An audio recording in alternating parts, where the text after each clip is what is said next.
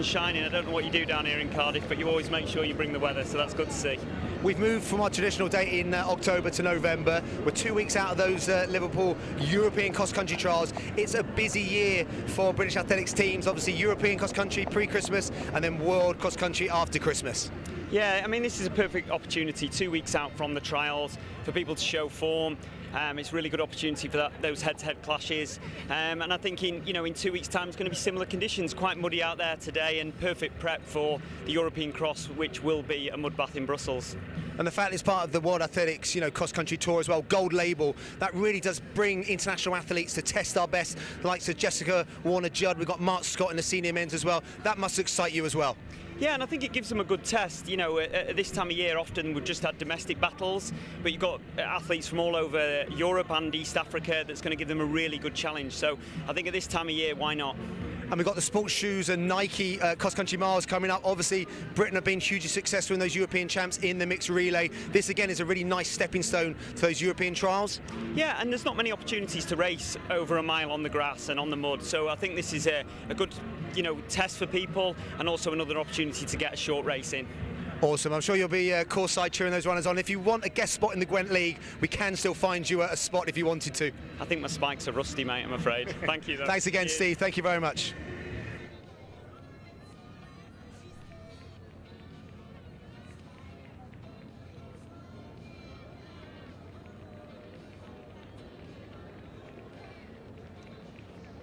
Well, great words there from James Healy and Steve Vernon. Of course, Steve Vernon, head of endurance at UKA. Fantastic cross-country runner in his day as well. I'm sure he'll be very much enjoying himself out on the course this afternoon. Expect to see him up at Liverpool in 2 weeks' time as well. And of course, he'll have a bit of a headache. He'll be advising to help him pick that GB cross-country team.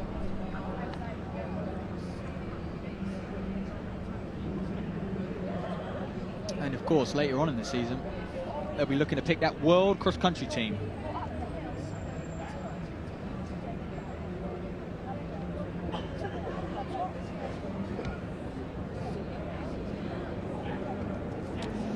So here we go then, senior women's mile, the action gonna come thick and fast, and this means something now.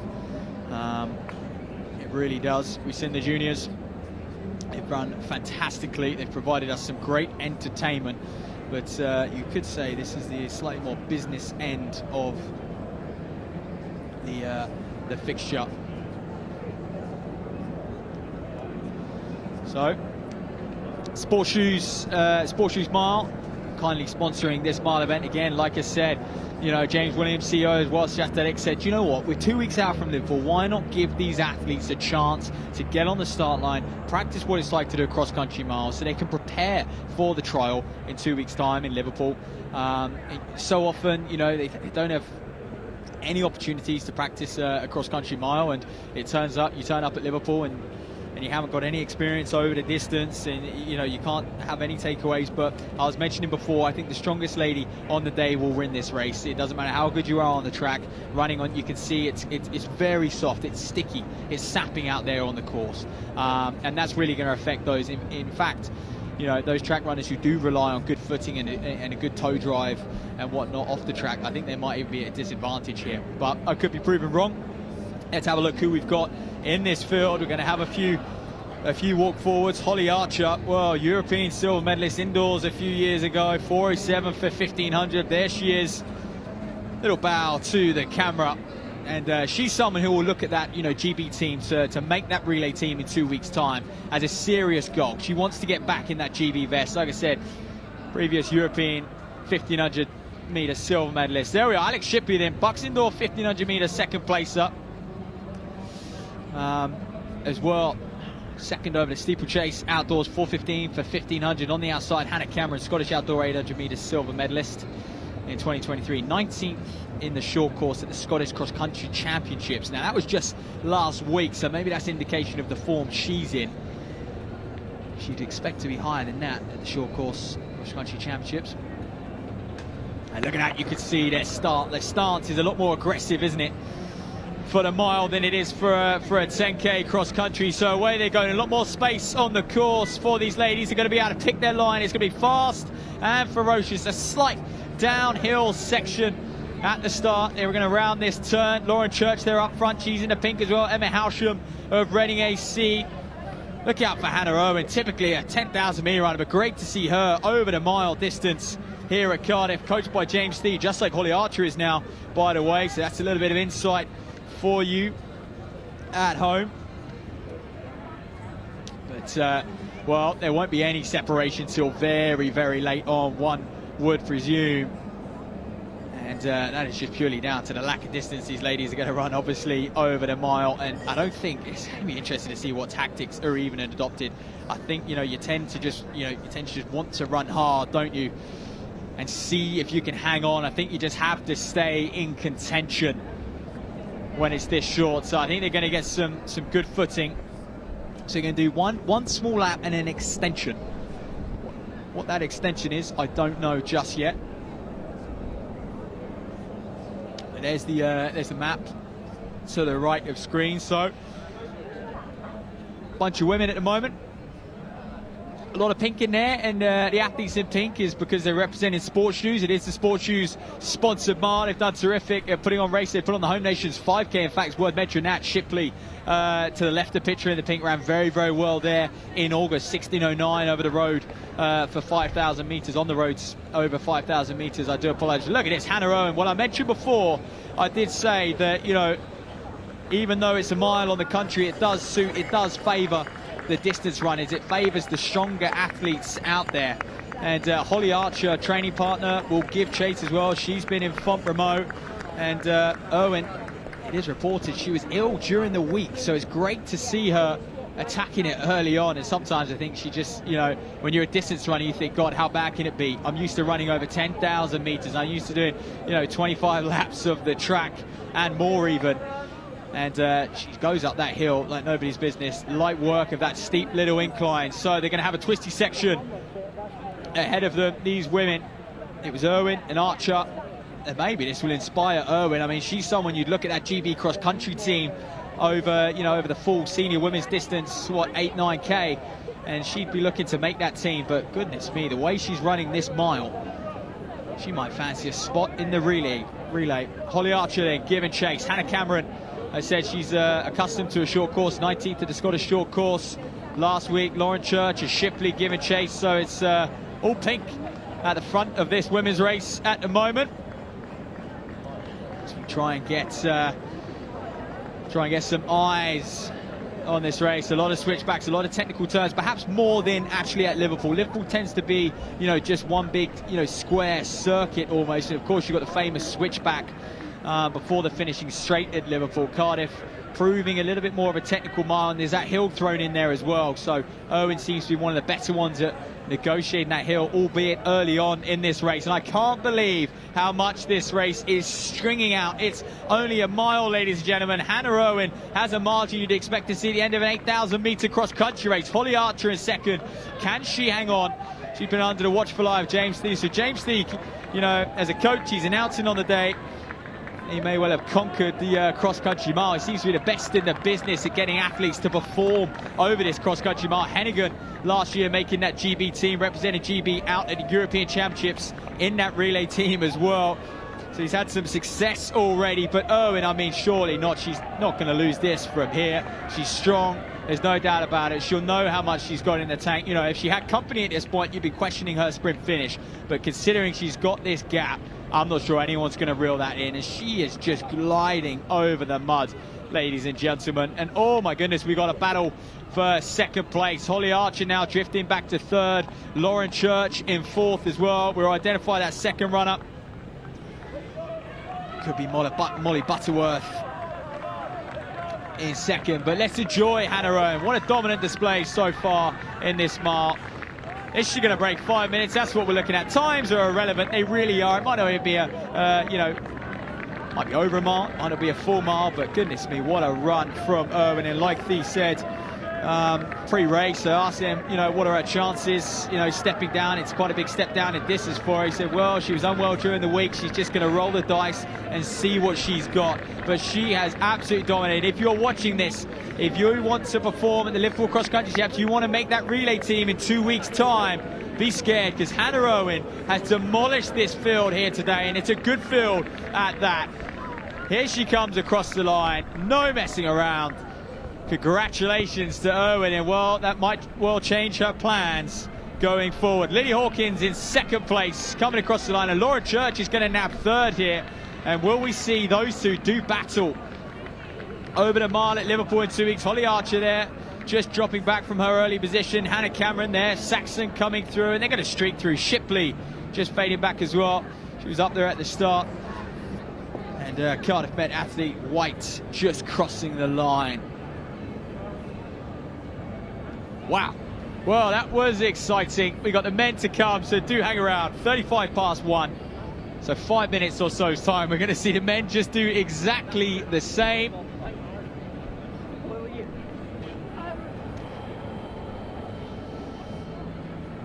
But, well, I mentioned it, didn't I? And perhaps I shouldn't brag so much, but I do think a cross-country mile is very different to a track, and you know, the stronger you are, the faster you're going to run over that surface. And you could just tell the likes of Archer just struggling to really get that drive, a push that's seen her be successful over the track, over the 1500 meters. It's just a different type of fatigue as well. Okay, well, there's the start list for that men's mile. The Bayou, Newport Harrier, low 340, 1500 meter runner, like so many of these men actually. Tyler Billiard, what a season he had last year. Dominant 1500 meter races as well. Ian Crowright set to go, watch out for him, 13:28 over 5,000, and he is someone, 3:41 over 1500. He might not have your lightning quick 1500 meter time that some of the others have. Looking at Tom Dodd, finished up at Michigan, but you know, 3:38 man at his best. So Crowright might not have that speed, but given that he's run 13:28 for 5,000, he's going to look at this course. He is down to run the long course as well, the full 9.6 kilometers after this race. But looking at Crowright, I would say he is probably favourite for this. One man to also look out for, Angus McMillan. He won at Mansfield on leg one last week in convincing fashion. Ran around that circuit, that muddy, boggy Mansfield circuit, very, very fast indeed. Dave McMillan, Adam Eade, Chris Fielding, Alex Gruen is a scratch. He won't be running today. Ollie Lill, we saw him at the British Indoors last year. Strong running. Alex Malloy, Jamie Phillips as well, Ed Leach, Forrest Dean, shout out to him. Local club. Dan Brooklyn as well, Windsor, Slough and Eton. Very accomplished 1500 meter runner as well. Spent a bit of time out at Missouri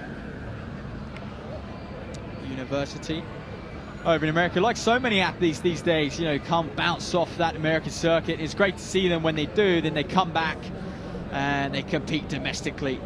They get back to their roots.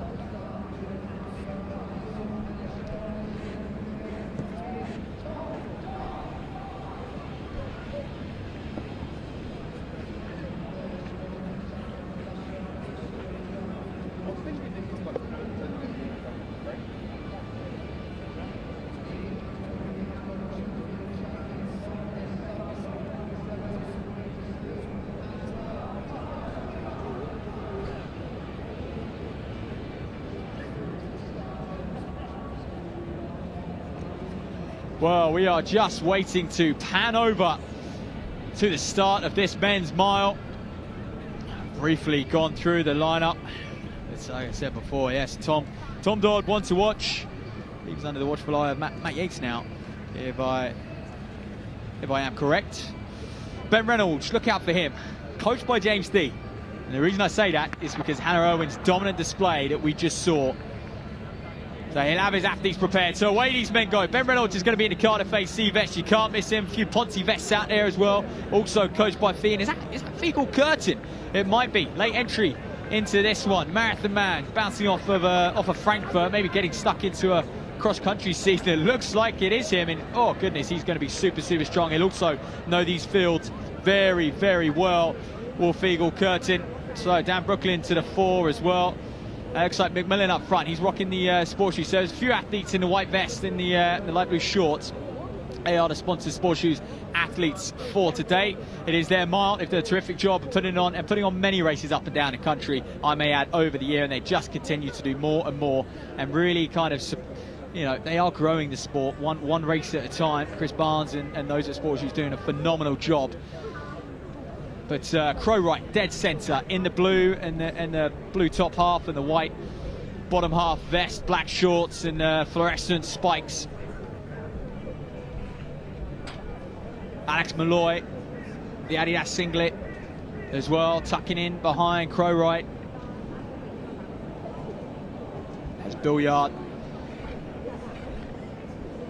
You can see him, and we're looking to see McMillan at this point, and I'm not sure I can see him.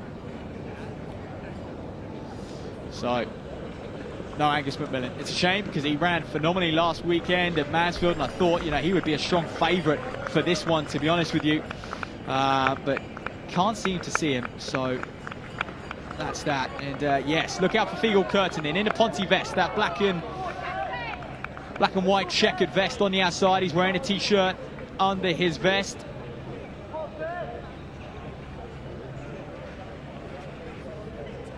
Podium with Hannah Irwin, winner of that sportshoes.com and Nike women's cross country mile. Hannah, you weren't very well in the week.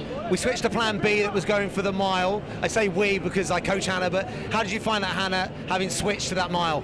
Yeah, it was actually really good fun. I sort of expected to be miles out the back, I haven't done any speed sort of like this, but in the first couple of minutes I actually felt really strong, so I just thought I'm going to go to the front, and we had the hill coming up, which I know is my strength, so I was like, just make the most of it, and I just went with it, and yeah, it was good fun. We've been training on the cross country course a couple of times over the last couple of weeks. Did that extra kind of experience play? Yeah, I think so. I think also when we trained on it, it was a lot muddier than this, and I think going into it with a bit firmer, I just knew I could actually run and forget about the mud, so it would definitely helped having done some training on it. So now get healthy, get well, ready for the long course at Liverpool. Yeah, definitely the long course. I look forward to it. Brilliant. Well done, Hannah. Hannah Irwin, winner of the sportshoes.com Nike Women's Elite Mile.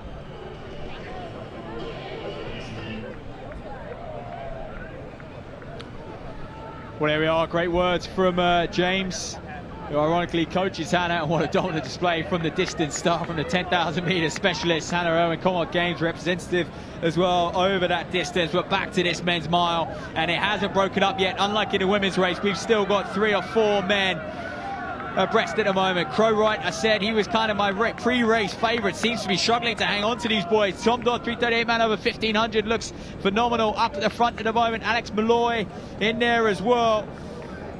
Dan Brooklyn's kind of hanging on, fading back. Fiegel Curtin as well. It's going to come down to a sprint to the wire. Adam Eade repping that Abingdon vest. Big shout out to him.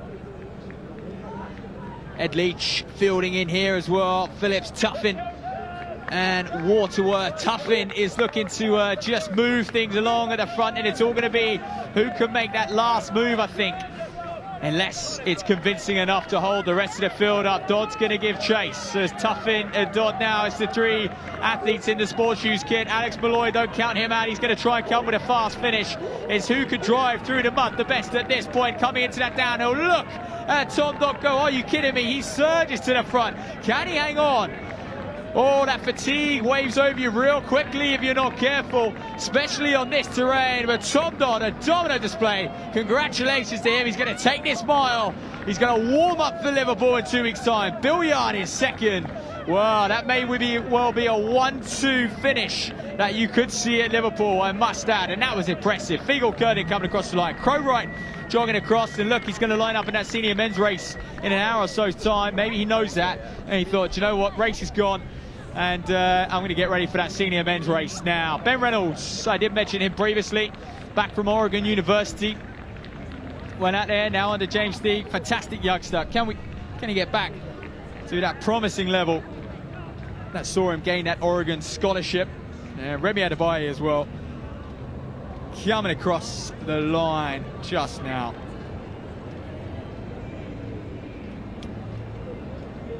That is your men's mile. Well, if anyone's wondering why they put it on, why we have seen it introduced into this fixture, into this cross-country calendar, that is why. It throws up some seriously exciting races. all change in the last 100, 200 meters or so, and you know what? You just can't call it either. It's incredibly hard to call. You know, Hannah Owen dominates the women's mile. You wouldn't predict it. You know, 10,000 meter runner, and then we see, you know, Tom Dodd, but that finish then 4 abreast again. You know,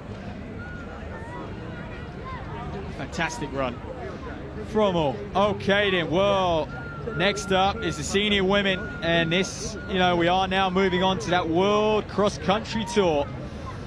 Gold label, of course, 3rd year in a row. We'll start to pan over to the start line and see them all entering the pen over on that far side.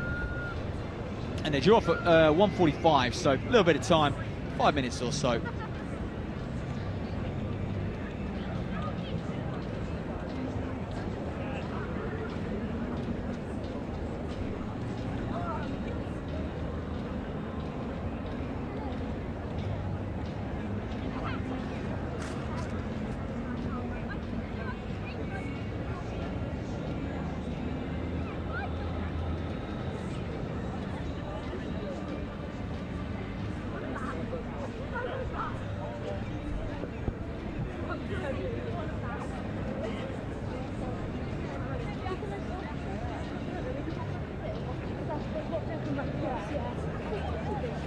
Well, there they all are then. These senior women, anxious to see, ready to get going. There's Megan Keith in shot. Phenomenal cross-country runner. Megan is European cross-country champion last year. Seriously accomplished cross-country athlete, Scotland-based, of course. Olivia Mason there, Carrie Hughes. A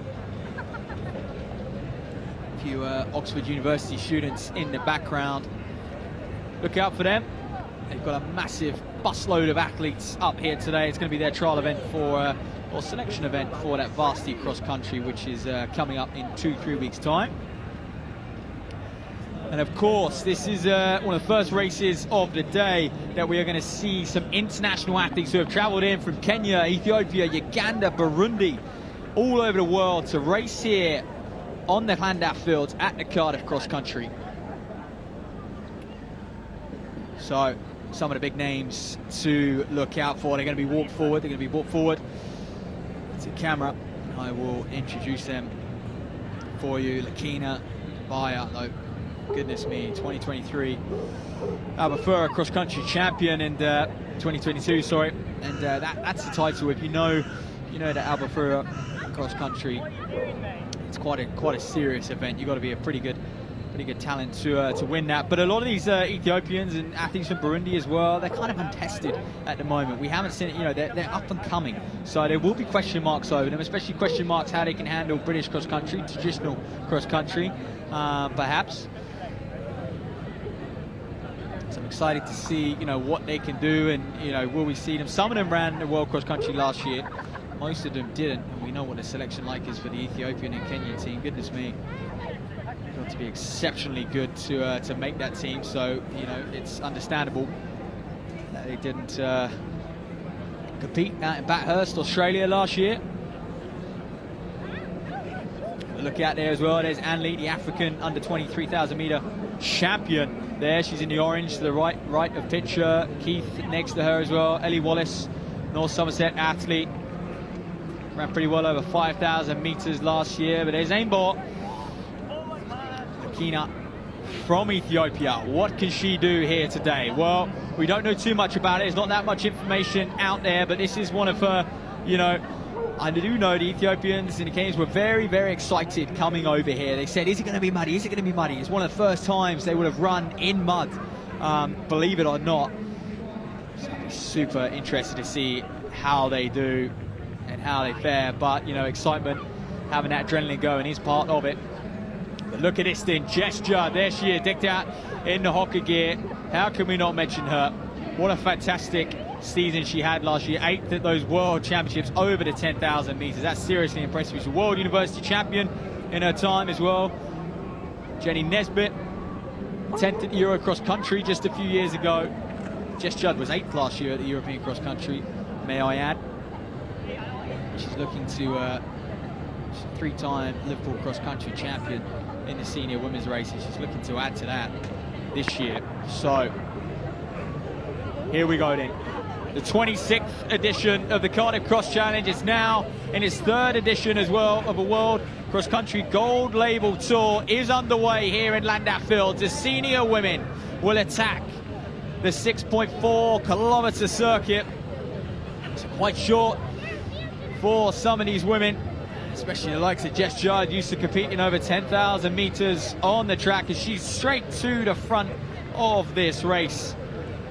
Look at her going. She is so good on the cross. And, you know, given a background, she came with Steph 12 in there as well, by the way. But, you know, started out as an 800-meter run, 2 flat, way back in 2013 as a youngster. And, you know, to predict that she was going to be this dominant over the distance races, I mean, many would have laughed, I think, at that stage. And I think she's even said that herself. But she enjoys it. Her dad has done a fantastic job.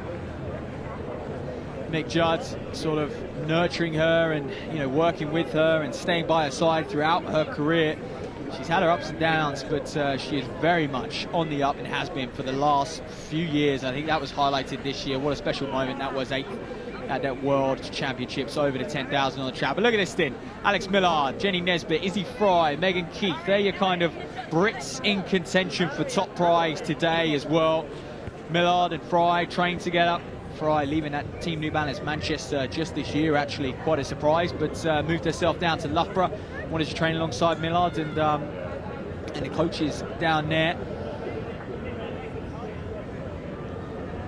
But Megan Keith, she won't be scared of Judd at this point, especially not this early on in the race. She's a fantastic runner herself. She'll be stepping up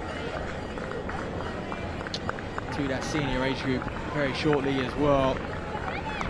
A few others in this race I'm quite excited to see that we maybe haven't mentioned is Mary Mulhare. She was 27th at the Euro Cross Country Championships, so look out for her. I mean, Steph 12 already mentioned her, but she was 2:26 marathon 2019 now, and it's interesting when you see people have success over the marathon, you know, pre-super shoe era almost.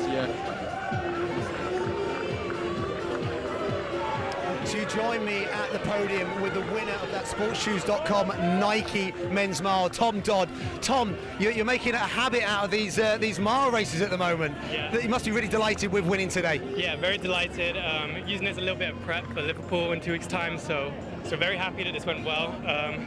Yeah, honestly, the road mile I did was completely new to me. This is also my first time running a mile on grass, so again, very new to me. And I don't like running on grass. I hate cross country, but it was actually really fun, and the finish came way sooner than I expected, which was definitely something I preferred. So you've answered my question a little bit there in terms of Liverpool's going to be a goal to try and make that mixed relay team in Brussels. In terms of like preparation, obviously going from the road mile to this, you know, how did the race plan out in terms of what happened on the far fields today? Yeah, so Gunny, my coach, Luke Gunn, he told me trying to sit back a little bit, try and wait, and then when I do kick, when I use my final kick, only kick once and make sure I don't have to kick again. So, you know, coming around that last bend into the home straight, I knew I wanted to go down, and I kind of wanted to make sure no one came past me, so I didn't have to go again. And I was kind of expecting people to come past me, but no one did. So, yeah, I managed to finish strong, and that's definitely a good sign heading into Liverpool. And will training change much in the next couple of weeks between you and Coach Gunn? You'd have to ask him. I'm currently on placement, so training is very difficult, doing physio placement. So just trying to juggle it with that and just trying to session when I can session. But yeah, he's got a bunch of very good track sessions lined up, so yeah, we'll see. Awesome. You beat some fast guys today that are also going to be on that start line in Liverpool. So Tom, we wish you all the best the next couple of weeks into those trials in Liverpool, and hopefully on that plane or train to Brussels in December. Winner of the sportshoes.com Nike men's mile, Tom Dodd. Thank you.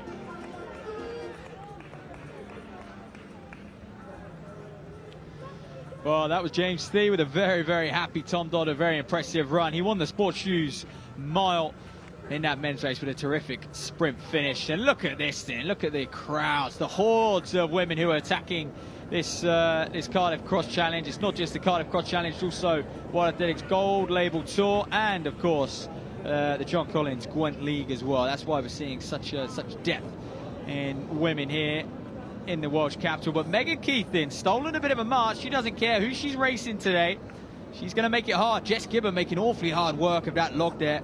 Well, it's going to catch a few people out, I think, and certainly, you know, the more tired they get, the harder it's going to be. So it's going to be interesting to see how these athletes fare over those logs on the second lap. But look at Keith Earden. Well, went out to World Cross Countries last year, 52nd in that senior women's race. And you know what, someone like her may have been a little bit disappointed with that.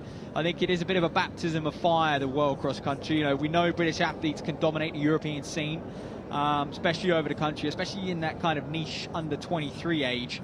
You know, but I think you know, the World Cross Country is a different ball game, and you know, you go up against internationals. I think she would have taken a lot of experience from that, because she's gone to the front and she's acted like they're not even there. And we've got some talented Ethiopians, some talented Kenyans. I mean, you're not an African 3,000 meter under 20 champion by chance, and that is who she's up against in Asmarek Ainley, in sitting in third at the moment. But Keith is going to make it hard, and that's what she does best at this point. As we scan down further down the field, then a few of them enjoying this stage of the race. What are we, 5-6 minutes into this 6.4 kilometer circuit? You expect the women to be, well, it's bang on 4 miles, isn't it, pretty much? So I expect them to be coming home in just a shade over 20 minutes. That's the speed they'll operate at. I know, hard to believe, but interestingly, Jess Judd just choosing to kind of hold back, and she may have looked at the course and looked how sticky it is, and in patches, and just sort of biding her time, or you know, what sort of shape is she in? And we're going to find out. We know she had a terrific track season last year. It was a long season. She started it with some terrific half marathons, 67 minutes early on in the spring last year, a serious running over the half. And you know, maybe she had a little bit of time off to kind of reset, but she's here, and she's just biding her time on the back of these ladies. And you know what? Interestingly, they're choosing to go single file, and they're giving Megan Keith a little bit of space, and that's got to be hard for Megan, actually, knowing that yes, they're behind, they're not directly on her, so she can't feel how they're running. She can't tell if they're easy, if they're struggling. If she's gapping them on a corner or anything like that. They're kind of just giving her that distance to play with, to toy with her a little bit. So Keith just sticking to her gun, sticking to her rhythm at this stage in the race, as you'd expect. So we're about halfway through this first lap. Well, over halfway, shall I say. They're going to kind of loop around this turn, but that three looked like they're broken away. So Jess Judd, you know, she will be matching herself up against Keith. She will be saying to herself, this is someone who could well dethrone me come Liverpool. She's won it in the 3 previous editions as Judd. She was 8th at Senior Women's last year, and you know, Keith is not to be messed with, and that is someone who will be hungry this year to really win that title and stamp her authority in that senior age group. So she leads Ainbar and Anley at this point. Anley just an under 20. Izzy Fry a little bit further down the field as well. I mentioned her earlier, but she's a World University cross-country champion, and that was last year. We got Cesario, the Italian, in here, but at the moment, Keith, Ainbar and Ainley. And let's see how this plays out.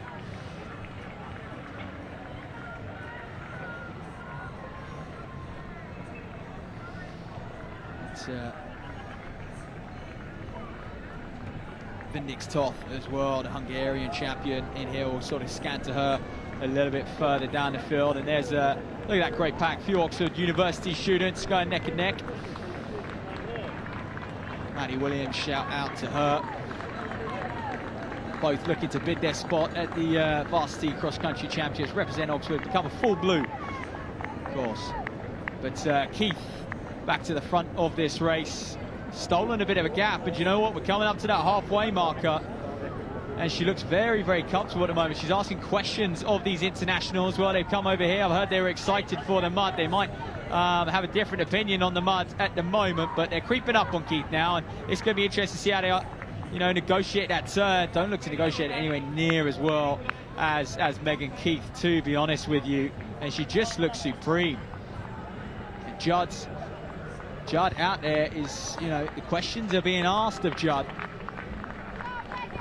Keith, Ainbar and Ainley then. That's Brett Ainley, or she's one to watch. I always think, you know, under 20 athlete, Africa champion over the 3,000. She's sort of untested, hasn't ran many times outside of Ethiopia. they'll be enjoying this international experience. They'll be, you know, gaining it, learning it from it. And of course, travel, big factor coming from those countries. You hear some horror stories, don't you? Well, especially in this day and age, the way our airports are operating, the way our travel is operating in the UK. But everyone looks to have made it to Clondat Fields okay.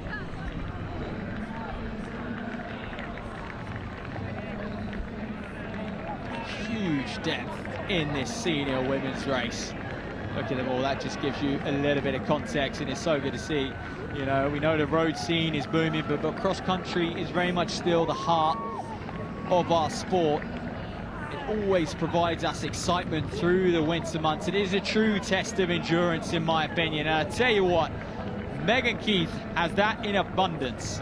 She is just pushing and pushing and pushing. She would have took one look at this course, about 6.4K. You know, I could do that in my sleep. She had a terrific track season. She broke 15 minutes for the first time at the London Diamond League. Remember that performance? It was an absolute stellar performance indeed. So she is worthy to be in this class, and I hope she goes on to win this race. Sorry if that's a little bit biased, but look at the way she is just taking it to these women behind her. Ainbar and Ainley, they're not going to go anywhere though. They will work hard, they will fight. They are experienced at that. They train in large packs in Ethiopia. They're used to hanging on for dear life to whoever's up at the front, pushing the pace, you know, men or women, that is. Look at this, a few vet men mixed in with this as well. That's Molly Skill of Oxford going through the camera. Good running from her. Rihanna Patton as well, Westbury Harrier. Looking very strong. Ella Fryer playing a bit of a patient game for Oxford. So lots of university students going up against Cardiff University here as well. Lots of clubs in the Gwent League. Swansea Harriers as well. That's a Brecon Vest. Exeter Harriers. Westbury Harriers going through. Ponty. But here we are, back to the front then. Judd, well, she's back in 5th. And maybe she's, you know, biding her time. She's still got 2 weeks to prepare for Liverpool, but she, after this race, if Keith beats her in this dominating fashion, she'll be a little bit nervous going into Liverpool. But, you know, I think when you are at that level, you do have one eye on the European cross-country championships, and that isn't for 4 weeks. So, you know, Judd might be looking at that and thinking, I want to do some serious damage come the Europeans, whereas Keith, you know, seeking that Liverpool title, wants to be crowned the best in Britain in 2 weeks' time. Here we go then, it's looking interesting. How are they going to respond to the mud, to the hill? Slightly wider line on this turn. Can you accelerate off it? Can you use the downhill? Keith does exactly that. Every turn she gaps them. And you know what? As Marick Ainley is, you know, questions are being asked her. That's Jess Given just to the bottom of right going through. Neve Britton Hubbard there, the Blackheath Vest alongside Jenny Nesbitt. She's in 3rd place at National Cross Country Challenges. Neve Brown, Ellie Wallace, Olivia Mason. These are very, very talented domestic athletes on the cross-country circuit, on the track circuit as well. Look at Keith negotiating this muddy section. This for me is where you break people. If she doesn't break them now, I'm not sure she ever will on this course, because they're going to have a chance to gather themselves on the flat. And, you know, there's an elastic band there. She really has just got to get away from these two behind, let them battle for second. She's strong enough to hang on in this race. There's Olivia Mason, Border Harrier, going past shot. And thinning out a little bit. There's clearly top 10, quite a gap back to that chase back. Almina Rurka as well. Carrie Hughes representing on running. That there, but so how big is this gap now? She enjoyed the hill, she enjoyed the twisty section, Dick Keith. She's piling on the pressure. She wasn't bluffing when she hit the front early on. You know, 3 minutes into this race, she really took it by the scruff of the neck. And thought she might be, you know, have to be a little bit more cautious, maybe play a little bit more of a canny game. She didn't want to do that. That's not her. No chance. But she's just been testing, trying to break those two behind all race long. And I'd said before, every turn she gets a gap. Nowhere near as good at sort of negotiating the turns, negotiating the mud as Keith trains up in Scotland. She'll be used to this sort of course. Absolutely. We've seen some of the conditions those Scottish cross-country races have thrown up. Goodness me. There's Judd coming past picture back in 5th. Izzy Fry is going to give chase. She'll gain confidence, Fry, from seeing the likes of Jess Judd up ahead. Alex Millard, training partner. And there's Jess Gibbon as well. And there's the 8-time Hungarian champion, Toth, just going past the screen. Neve Britton Hubbard, Blackheath Vest. Jenny Nesbitt. There's Burundi athlete, Nima Kunzenzi. Neve Brown, going very well. Ellie Wallace as well. Olivia Mason. Who else is going to come through shot? That's about it. That's your top 10. But Ainbar looking to struggle for the first time. She's been the one all race kind of bridging the gap, trying to hang on to Keith. What can Keith do over this little log? She skips over it. Oh, they didn't like that. The Ethiopians not quite as much. And Keith again steals a bit of a march. 10, 15 meters she's got on Ainbar and Ainley. And she'll know that. She won't be able to hear them now at this point. She'll be listening to their breathing. She'll know that, although they are awfully light on their feet, the Ethiopians, they do so much drill work. They train up in the hills. So much footwork, so much ground contact time to really condition those tendons, those ankles, you know, and you look at their upper body and it doesn't move. You know, they are so not just aerobically fit, but physically conditioned to handle, you know, courses like this. Izzy Fry choosing that wide line on that hurdle. It's getting slippy the other side of that. Jess Given just negotiating it as well. Well, when they turn right round this corner, we're going to get a true indication of that gap, and Megan Keith is throwing it down. Ladies and gentlemen, it's 6.4 kilometers, and she's virtually raced flat out from the off. They've probably got a mile to go at this point on your map. They've just gone past point E, top right of picture, and Ainbar and Ainley now, are they going to start thinking about second place? Are they going to start thinking, because you know what, there's some serious prize money up for grabs. Not only will Keith sweep the £250 British prize money, if she wins this, she's going to walk away with $2,000 for winning that IAAF gold label cross country, and more importantly than that, there's points up for grabs. Look, the match is very complex. I'm not sure quite how much, you know, winning a race like this is worth. However, it can boost you up those 10,000 meter rankings on the track, because that is what IAAF are going to look at. Whether British Athletics will look at that come the summer, or that's a chat for another day, that's for sure. Steph Twirling, incredible athlete, negotiates that log very well. But you know, on British Athletics and their selection policies, you know, we've got the world. Not only have we got the European cross countries this winter, we've got the World Cross Country as well, and they're going to pick it off where athletes come to the Europeans. They're going to pick it off the home countries, international, that they're going to have in January, and they're also going to pick it off of the inter-counties cross-country as well. So, you know, it's not going to be one definitive race what athletics will, British Athletics will use to choose athletes for the World Cross-Country Championships, which, again, makes things very, very confusing.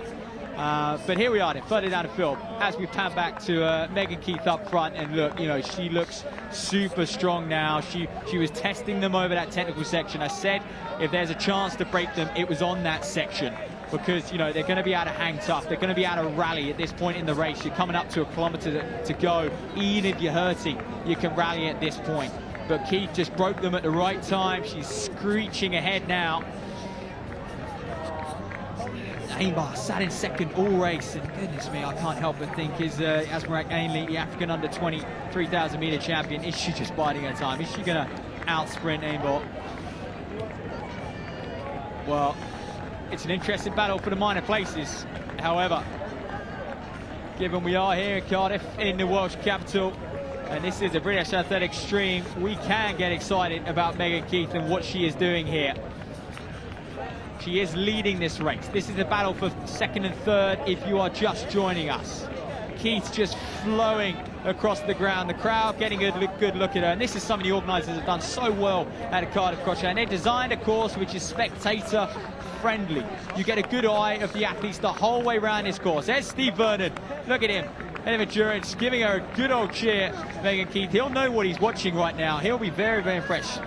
Cross-country legend in the UK, multiple-time national cross-country champion.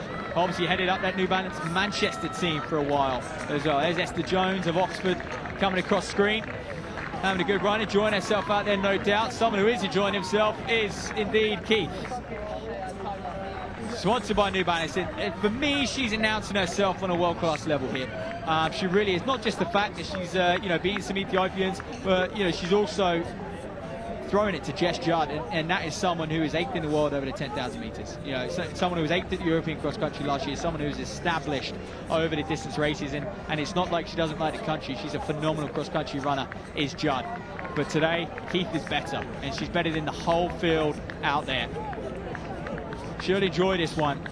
She can check back over her shoulder. She can look to her left. She chooses not to. She's blocking out those behind. Ainbar seems to have broken Ainley in third as well. So it's going to be Aimbar who's going to get second place by the looks of it. They've got about 400 meters to go. Amy looks all but settled for third at this point. She's just going to have to weave her way through those lap runners, a couple of vet men and women in the Gwent League, of course. However, she's in sight. She's on the home straight. Megan Keith, ladies and gentlemen. She took up the running about 3 minutes into this race, and she applied the pressure the whole way. She didn't let anyone get near her. No one even got onto her shoulder. And here, round Clondaff Fields, Keith of New Balance of Scotland is going to come to the Welsh capital. She's going to conquer in Cardiff. And here she comes. What a run. This is going to be an exciting winter season for her. And she is slowly announcing herself as one to watch, not just over the country, but also given her track career this season, or track performances this season, one to watch for Paris as well. Here comes Aimbar. Good running from her. Anley in third. She's going to come through. Well done. And yes, Hannah as well, third at the World Under-20s over the steeplechase, just crossing the line there. Seventh at the World Cross Country in the Under-20s, and that's what I'm talking about, you know.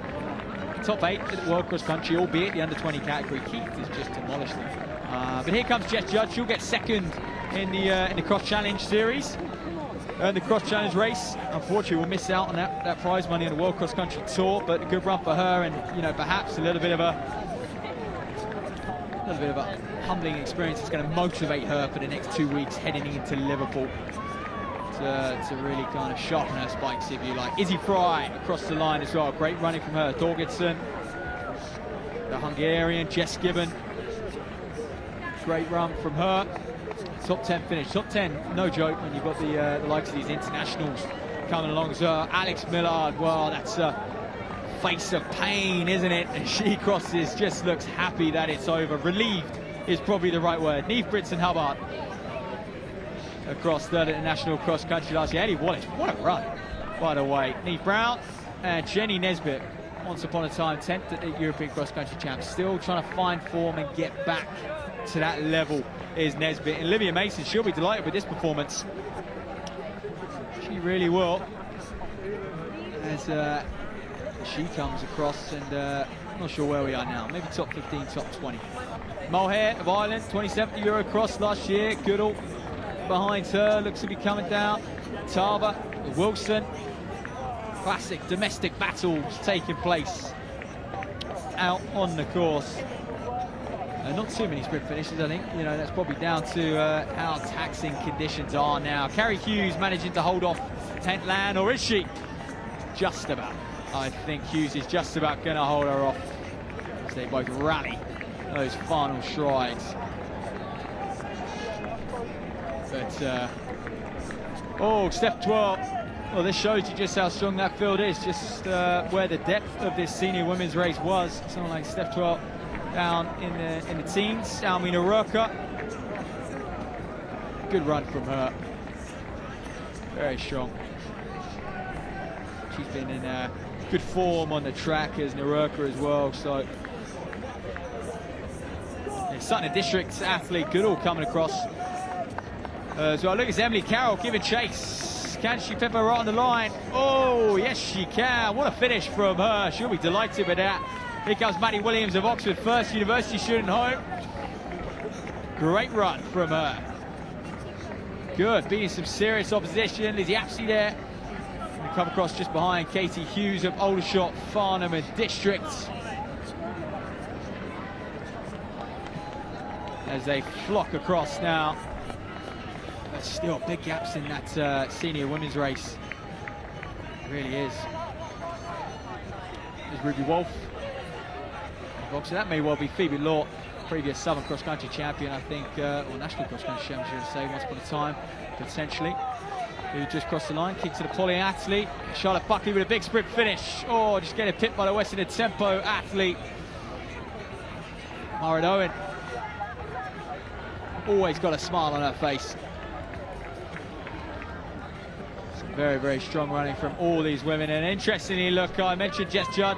She had quite a lot of airtime. Jodie Judd, her sister, spent a lot of time out in America, just crossing the line now as well.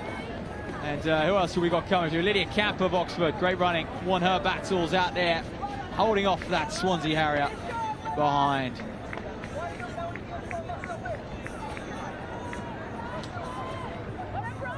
Bristol and West coming through, Cardiff AC. Cardiff Uni. Oh, Cardiff Met v Oxford Uni, having a good old ding-dong to cross the line. Lucy Thompson, good running from her, and that's our first vet across the line, I think. First vet 65.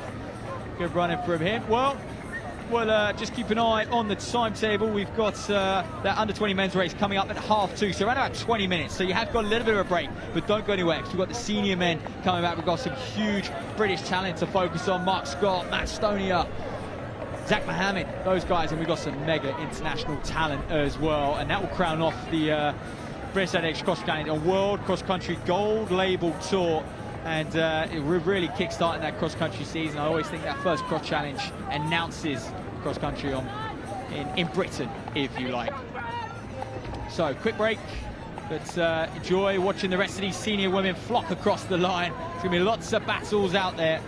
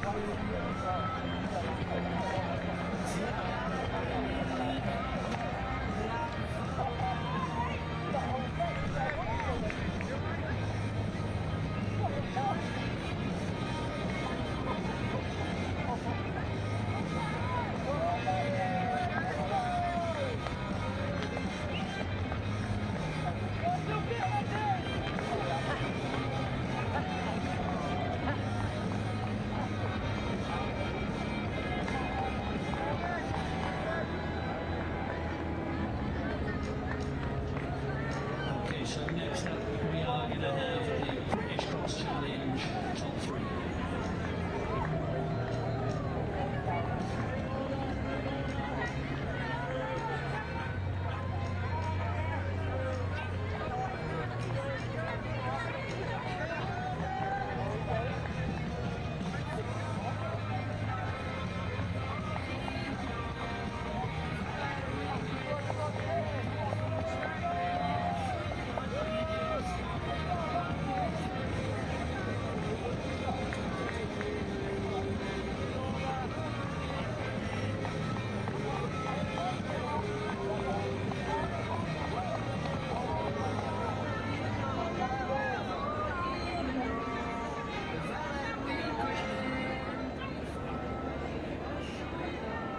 So you join me with the senior women's winner, Megan Keith. Megan, how did you enjoy that?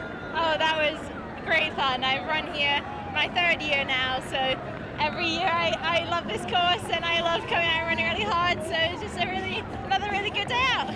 Yeah, so 5th place last year, winner this year. Obviously you went on to that European silver medal as an under 23. What a summer, going sub 15 minutes. What's the aim now going into Liverpool? Oh, well, I'm going to try and run as hard as I can and hopefully book a seat on that plane again. But yeah, I love Cardiff as a box to check on my way to Liverpool, so it's always a good one to come and have a hard run out at.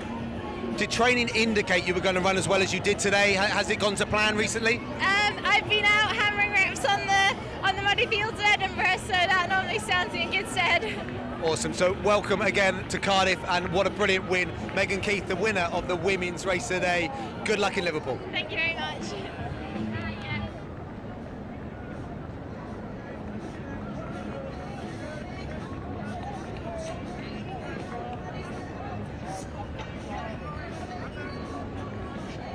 Okay, so we're now ready for the British Cross Challenge medalists. If they can make a quick podium, please.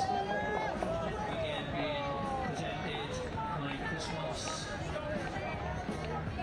Development and participation directly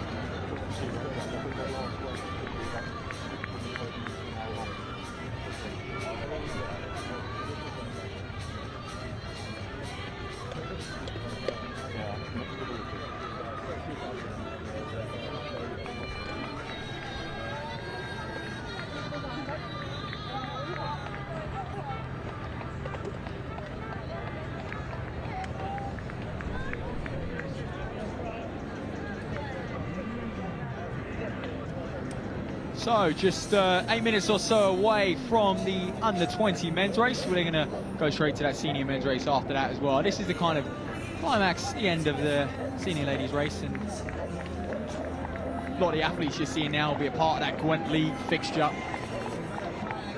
Obviously combined. It's Cross Challenge World Cross Country Gold Label Tour, but also combined with the John H. Collins Gwent League. So great to see a lot of local clubs having fun out there, and I'm sure it's probably their favourite race of this season.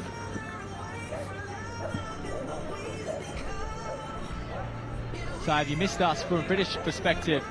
Top Brits, Megan Keith, Jess Judd, Izzy Fry, there were your 1, 2, 3 on the British side. Ainbor and Ainley were your international second place and third place. Keith won the overall race, so she was your international winner, your gold label cross country tour winner, and of course your British Athletics cross challenge winner as well.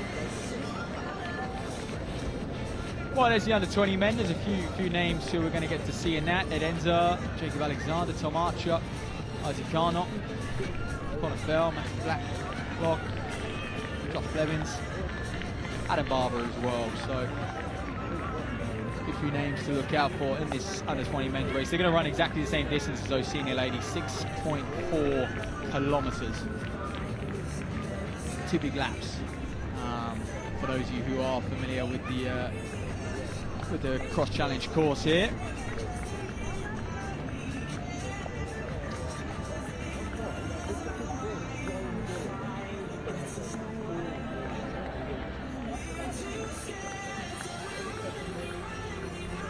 What a day we have had so far, and if you do want to catch up, of course you can rewind the stream, look back over those earlier races. We've been on air since about 11 o'clock this morning. Not only that though, you have open track with the live results, so get on there, look out for those live results. Maybe I'll try and bring you a quick recap myself as well. Oh, look out for Daff Jones, by the way, that Swansea Harrier, good super talent over these distance races, studying now at Cardiff under the watch for live. James D as well, I believe. You'll know these fields well. You would have trained on them on numerous occasions over the past couple of months.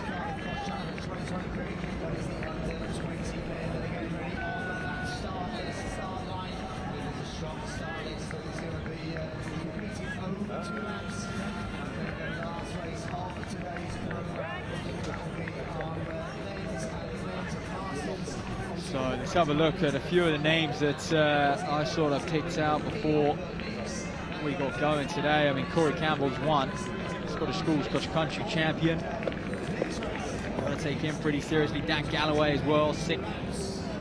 The under-20 European Championships on the track over the 1500, third of those English Schools Championships as well. He's been around for Telford Athletic Club. Telford 10K, of course, famous in the UK for being a very fast 10K. And yes, Dav Jones, as I mentioned, 14th under-20 at the European, over 5,000 metres at the European Championships this summer. It was at the Euro Juniors, but he's running 8:12 3,000 metre time, and anytime you're breaking 8:20 as an under-20, it's pretty strong running. Sets you up for a good future, that's for sure in the sport. Romeo Ingram as well, he's one to watch. Coach Woe's mum, Wendy, second at the Bucks B race cross country, 8th at Liverpool cross country last year. Tommy Shaw as well, Birmingham University athlete, Coach by Josh Schofield, so shout out to him.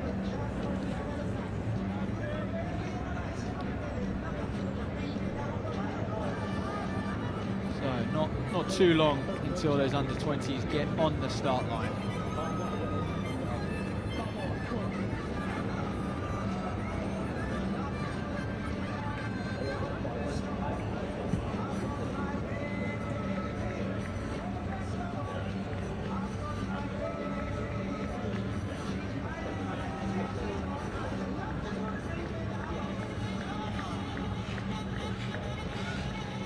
Well, there we are. We pan across, pick out some of the names I mentioned before.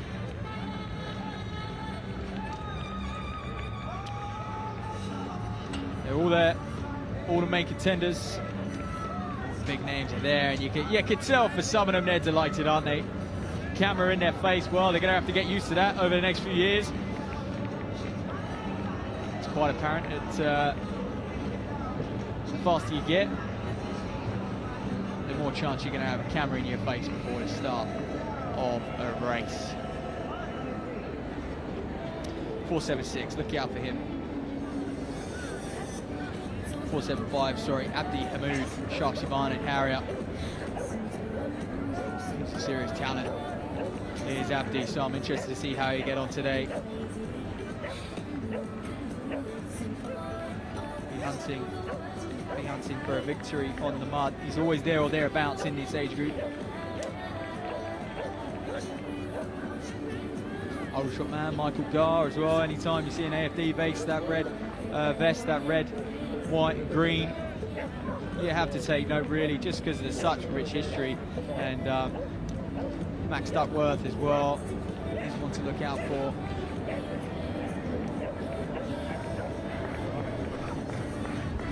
So that's Dav Jones though, the Swansea Harrier. Familiarise yourself with him. He's someone that we expect to see feature representing Great Britain at the European Under-20 Championships over 5,000. Finished 14th there, as I said a little bit earlier on in the programme. Tunbridge AC man, Isaac Arnott. And again, Tunbridge, one of those clubs, a little bit like Aldershot. You know, whenever you see them on a start line, you know they're gonna bring someone who is capable of winning the whole thing, or at least getting up there. You look at the work, you know, it is down to, you know, the reason these clubs are so strong is down to a few, you know, individuals who have really driven the club forward. Mark Cookway at Tonbridge, Mick Woods at Aldershot as well, and of course there is a massive team of assistant coaches and parents who get involved and help out as well. But their coaching has no doubt been one of a kind over the last few years to produce so many talented athletes like they have. Well, away they're going in these under-20 men. This will be a fast start, no doubt. Aggressive from the off. Gar, Hamoud, Jones, all of them trying to get to the front. This is what always happens in cross country. It's a mad dash to that first corner, and then people start looking around and going, oh, are you going to take it up? I don't want to lead the whole race out. You know, it's an interesting experience leading a cross country race, knowing that you've got somewhat, you know, a couple hundred people right behind you, charging on behind. So, got the City of York vest up there as well. Got some big numbers for this race, along with the obviously attached with the Grant League.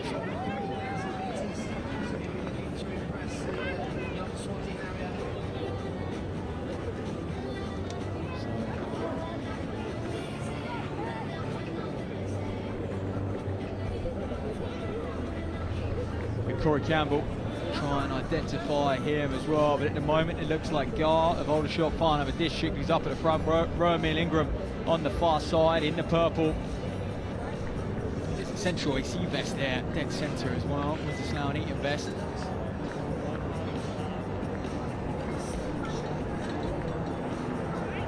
So Tommy Shaw though, didn't mention him, the Birmingham University student. He's one of the athletes in that City of York vest. As they flood by the camera then, and they're going to go and attack that short, sharp hill. We're going to see them. Dav Jones to the fore, where he's a serious talent over 5,000 metres. He wants to take this race on. 6.4k. I mean, interesting distance for these under-17s. It's quite a niche distance. It's not one that you know, they'll necessarily train for. They'll either kind of train for the shorter stuff, the 1,500 to 5,000, or potentially at this age, they're starting to dabble in those longer distances, those 10k cross countries. We know under 20s, they so often have to run up in the senior ranks on the country and battle it out over 10,000 meters. The national cross country for under 20s is 10k as well. So this is quite short for a lot of these lads, I think, with this distance background. And look at the course now. I mean, we did say early on it was going to cut up. It has done. It's looking like a bit of a mud bath. It looks sticky, it looks slippy, but no fallers as yet. All negotiating that turn pretty well. You can see Dav Jones, top right of picture, streak away down that hill. The sea of colour. Twist and turn, wind their way through this section of the course. Right, that might be Henry Johnson and Windsor Slough and Eaton.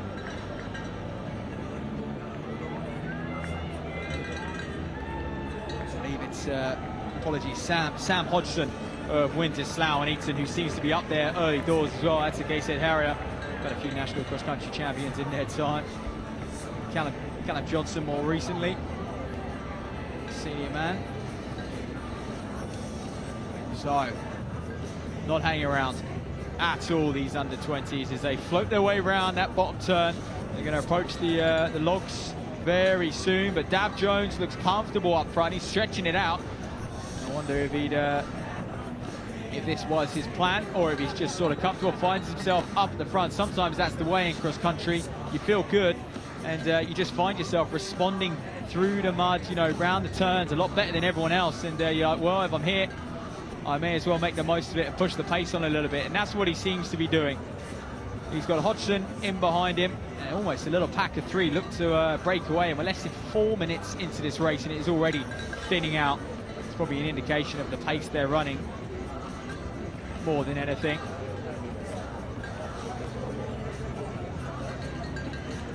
So they'll do the same circuit those senior women just did. 2 big laps, 6.4 kilometers. Let's see who negotiates these logs. It's getting very boggy, very sticky, the other side of these logs. Hodgson, Jones. Identify that Gateshead Harrier as well. He's looking very, very comfortable in second place.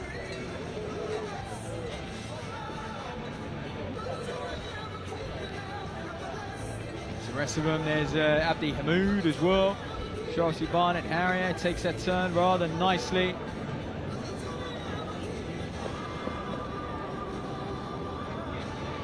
And just approaching that log over on the far side as well.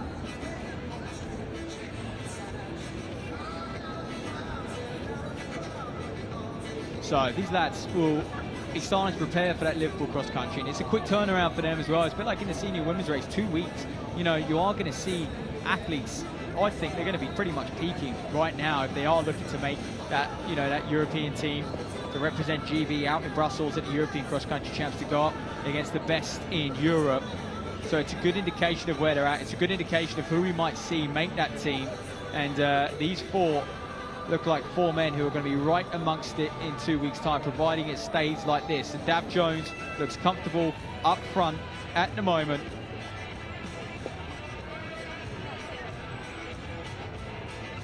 It's Taunton AC man as well in 5th, trying to bridge that gap. So Jones and Hodgson looking comfortable. That's a pack of 5 now. I wonder if it's going to stay like this. We can't really call it a pack. It's very much single file. That's probably more down to the conditions than anything weaving their way through, although this section of the course hasn't been run over too much at this point. It's only really the seniors who have gone round this far side. A few under-13s did one large lap earlier today. Their light bodies wouldn't have made much of an impact on this side, though. So Jones still leads as he comes up to this second technical twisty section. And this is where you get a check back, and maybe he'll look over his shoulder on one of these turns and just say, well, what was once a couple hundred at the start is now just 10. He may well be chatting alongside Hodgson.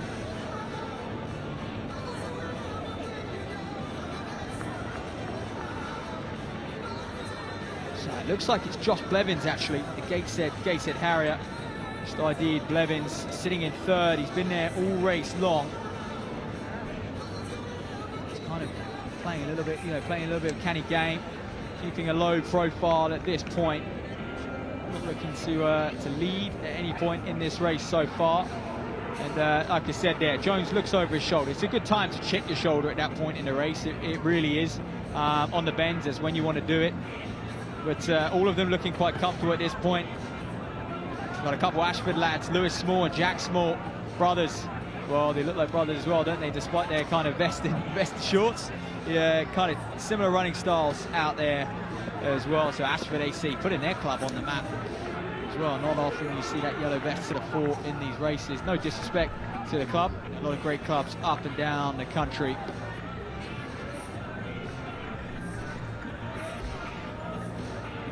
So 6 men in, heading down on your course map. They're approaching that point G on the map. They're approaching that little copse of woods, and that'll be virtually a lap done by that point. The next time they come around that copse is going to be about 200-300 meters from the finish line.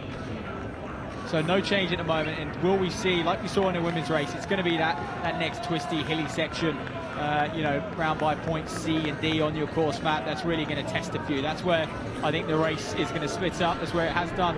It splits up all day long in just about every race we've seen. So Blevins, Hodgson and Jones, these three look the stronger. The two small twins just kind of hanging on the back there, doing what they can to stick with these guys and bridge the gap. But, yes, many of these men as well will be aware of that prize money. They too will be awarded £250 for the win here. So have one eye on that, and one eye on selection as well for the European cross-country trials in 2 weeks. Of course, so often, you know, 6 obviously go, and there's always one spot which is discretionary. So proving some form here today is going to be vital for a lot of these gentlemen, bidding their case to make that team to Brussels if they do kind of lose out on one of those spots. But Dav Jones looks very, very comfortable up front. He's been there all race long, and I think anytime you see someone who's comfortable up front, you know, they're running along at a good pace. They've dropped most of the field, bar sort of 5 guys around them. He hasn't done any damage yet. He hasn't surged at all yet. He's being able to pick his line at this point in the race as well. He's choosing some good footing out there. And there is perks to being at the front. There's not a breath of wind here today. There's really not. A little bit further back, you've got the Taunton Athletic Club lad, and you've got a chase back led by the central man. 2 runners for Paul, Romel Ungram's in there, 2 Aldershot lads, Duckworth, the Gar as well, City of York man as well. A few lads from Wirral as well. So, moves a bit further back, so it's stringing out further down the field as they come by me and the gantry here at that start-finish area. But 5 men. What was pretty much 6 is now 5, and it looks like Jones is just starting to squeeze things a little bit now. Hodgson, where he's been all race long, tucking in behind. Blevins, we think of Gateshead, and the 2 small twins from Ashford AC are mixing it. They're getting amongst it with these lads. Can one family make the podium? And we see not just 2 lads from the same club, but 2 brothers on that podium today. That would be some achievement, that's for sure.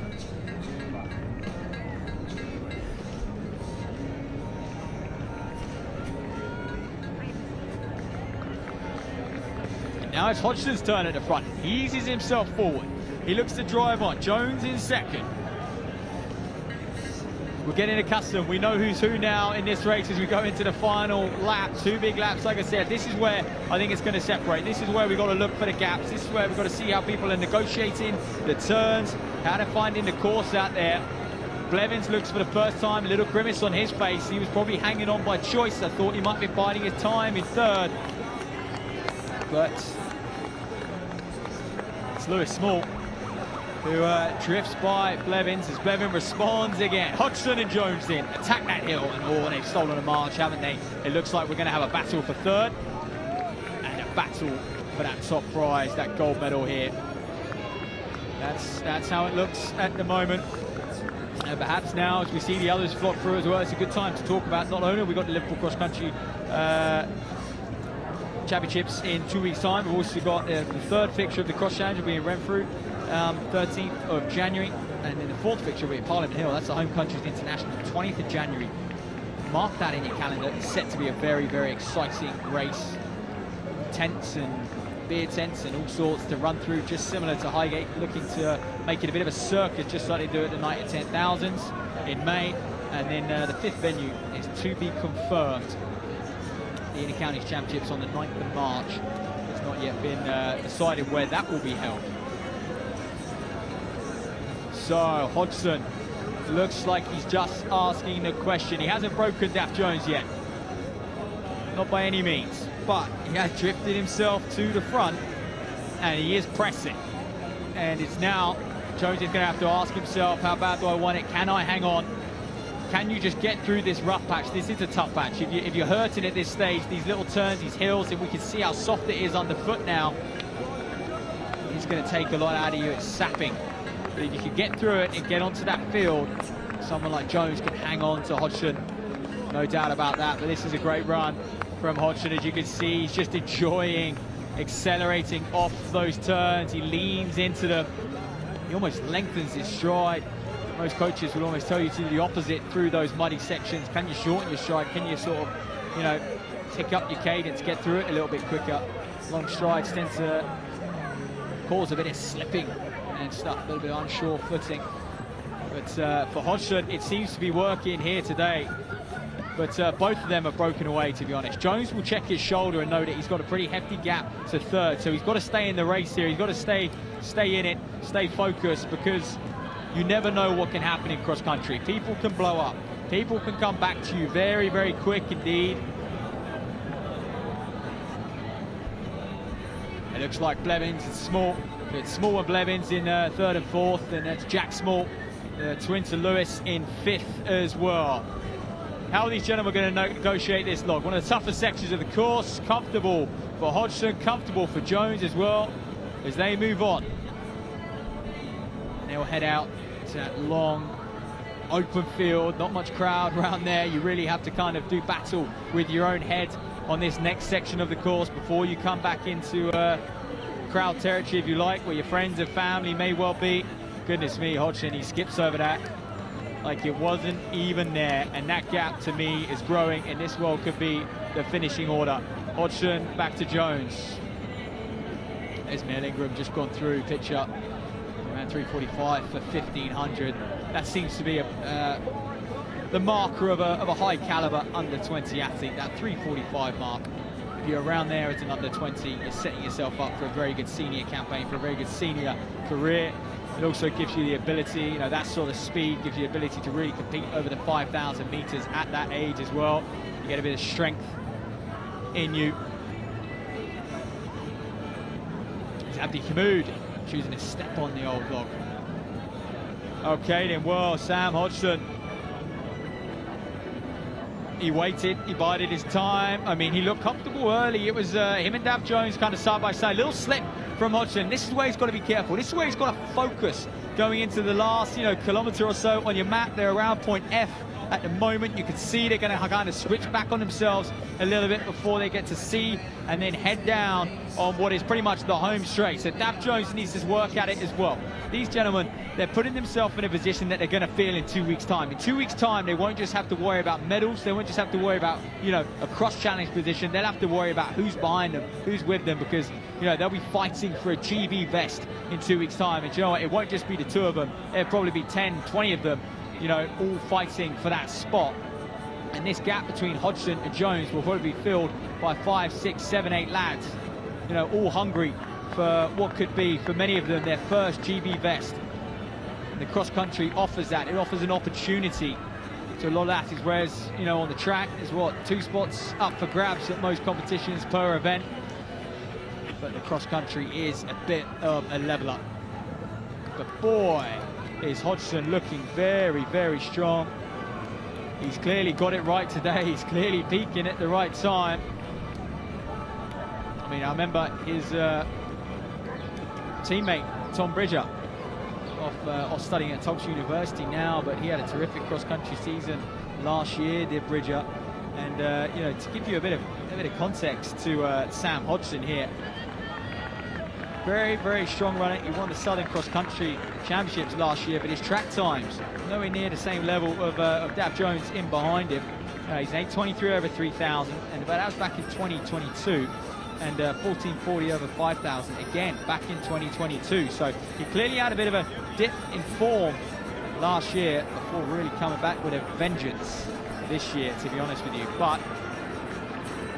he does seem to enjoy the cross-country more than the track, does Hodgson. 4th at those inter-county championships last year as well. That proves you don't get top 5, top 6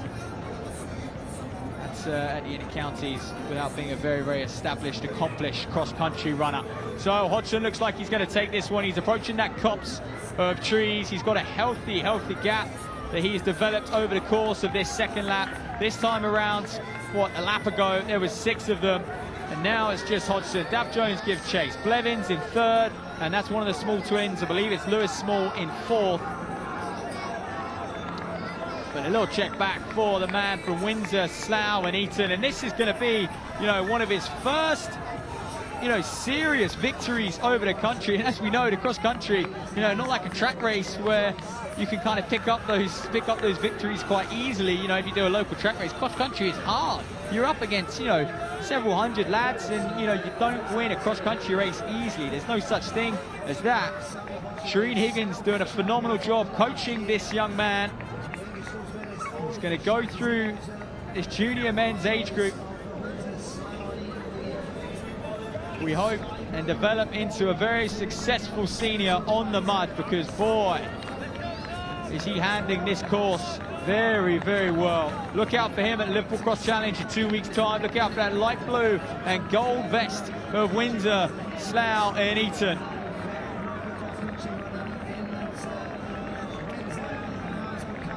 So it looks like he's waving to the crowd now. He knows what he's done. He knows what he's achieved. And he's, he's come here. Dav Jones, the Swansea man, will train on these fields. He's put him away. And he's bidding to make that GB cross-country team to head to Brussels in 2 weeks' time. He's put himself right amongst it. He is delighted. And like I said, you don't win cross-country races easy. It's a big victory for him. He's took a few scalps out here today as well. And do you know what? More importantly, I think he's felt good doing it. Dav Jones here in 2nd place. Good performance from him. He hung in there. He hung in there quite a good bit. It got tough. The question was going to be asked. He had to measure his effort back to 3rd place as well. But it's a solid run from Jones. There we are. Lewis Small coming through for 3rd. Deserved that. Blevins in 4th. Jack Small in 5th. So the 2 twins doing a fantastic job, the pair of them, and often you find that, don't you? Twins just egg each other on. They're so competitive. Taunton AC crossing the line as well as Romel Ingram. Bad run from him at all, studying up at Loughborough University. It's Corey Campbell just crossing the line, Scottish lad. Scottish schools cross-country champion, 3:45, 1500 PB as well. Well done to him. Here we go, flocking across the line. These are those like individual battles. A lot of these men will be, no doubt, they'll know each other very well over the age groups. They would have battled from under 15s all the way up to under 20s, no doubt. And they'll know who they're racing against. They'll know, they'll judge if they've had a good or a bad run, or who they kind of pipped on the line.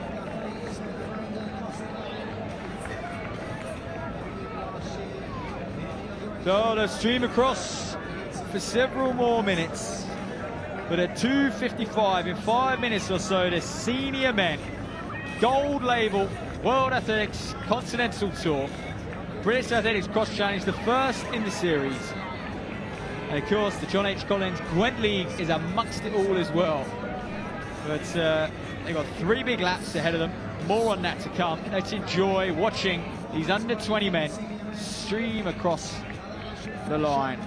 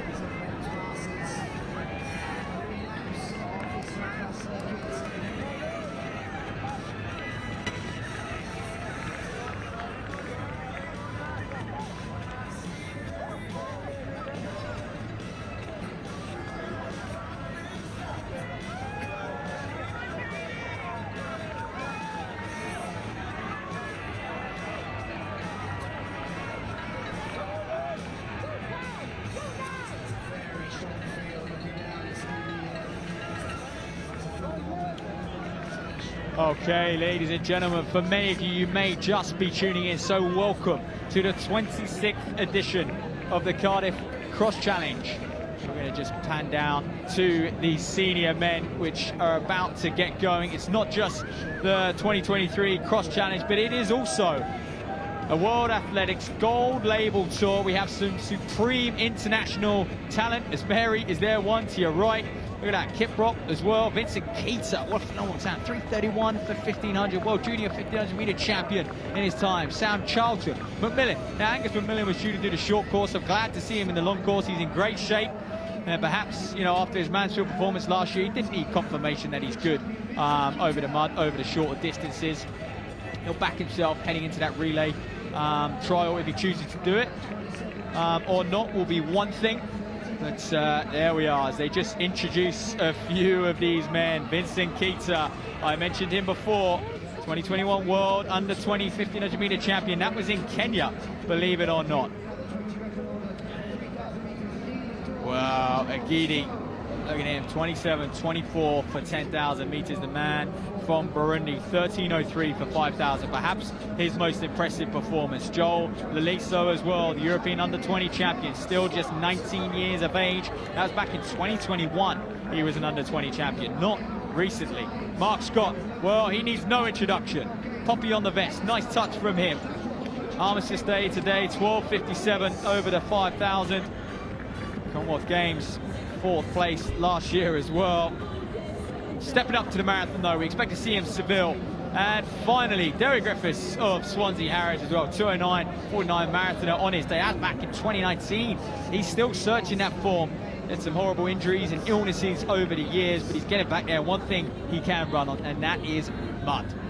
Let's see what Derry can do. But the senior men's race, just look at them. A whole host of these gentlemen about to line up. We've got some phenomenal talent on display. We haven't even mentioned half of the elite men. I'll get to that during the race. But let's hold fire until these men charge off the line.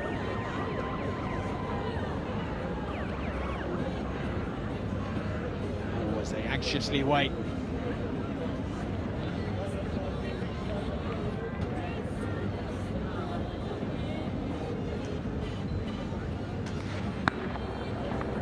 Take their marks. A few nervous twitches, but away they go. Zach Mohammed was closest to picture there. Look out for him, he's in phenomenal form. 46.41 over 10 miles at the Great South Run just a few weeks ago, about 4 weeks ago now actually. Goodness me, time flies. But let's kickstart this winter campaign. Someone like Mohammed, he's an accomplished cross-country runner. 70th or so at the World Cross Country Championships last year. He's going to see what he can do against similar opposition. Okay, you haven't quite got the depth at the front of the field, but you've got some serious talent, no doubt, and a little bit more on those gentlemen. Like I said, you know, a lot of 13-minute men over the 5,000 there or thereabouts. Lalesso is, you know, a European Under-20 record holder over 3,000 meters indoors, 7:48. He was actually 23rd at the World Road Running Champs over 5,000 meters. So, and that was what, early October. So he's in good form. He's running okay. Perhaps not the Laliso we once saw in 2021. But he's getting there, and it's a tough transition to be a senior man. It really is. You know, not only do you go up in distance, you know, there's so much more depth. You have to, you know, yes, you might have dominated the under-20s, but you have to get used to, look, you know, running in a pack, you know, running with men who are very strong. They don't let up. You can't drop them, you know. Well, how about this then? Nagide of Burundi. He's going to do the early run. He's going to get out hard. And the Ethiopians turned up at Cardiff and was saying, has it rained? Has it rained? We want it to be muddy. We haven't run in mud before. We're excited to run in mud. So let's see how they fare. It is sticky out on the course. That's the word I would use.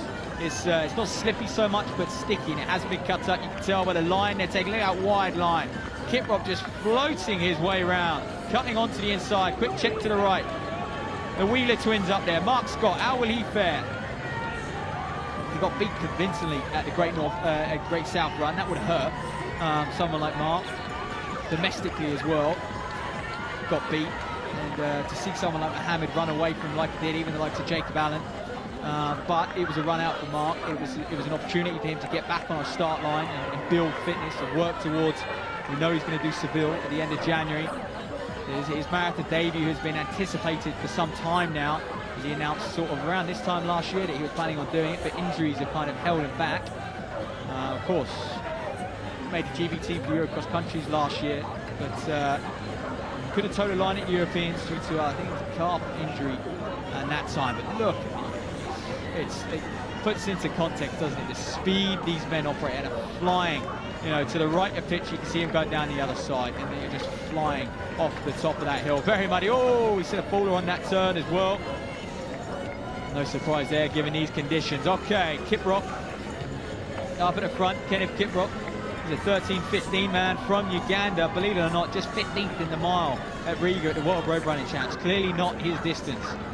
Favoured over the 5K, you would have thought. He was 6th at the World Cross Country in the under-20 race. He's a good youngster, is Kiprop, and he's proven that. But how about Mohammed and Wheeler? They're getting straight to it. They're not going to wait for these Kenyans in the mud. Mohammed's going to give chase. It'll be some scout. We saw Keith win the senior women's race, holding off the international opposition. I say holding off, dominating the international opposition. It would be amazing if we saw another Brit take down the Cardiff Cross Challenge and the World Athletics Continental Tour on British soil as well.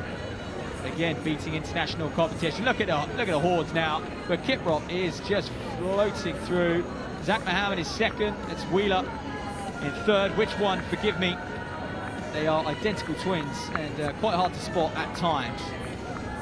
So a lot of these men will be used to this hard, aggressive start of a 9.6 kilometers. And do you know what? It's a tough course, this, Cardiff, because after 400-500 meters, you attack this really technical, slightly hilly, twisty, muddy section. And it's not until you get out the other side of this you realize how tired you are. Adrenaline's high at this point. It's easy to accelerate out of turns and into turns at this point in the race. What it's not easy to do is when they come around for that second time, for that third lap, to really kind of, you know, still accelerate and attack. And that's why we've seen on so many occasions throughout all the races today, athletes really break one another on this twisty section. So there we go. Huge contingent of Oxford University students here today as well. Great to see them make the trip up to the Welsh capital.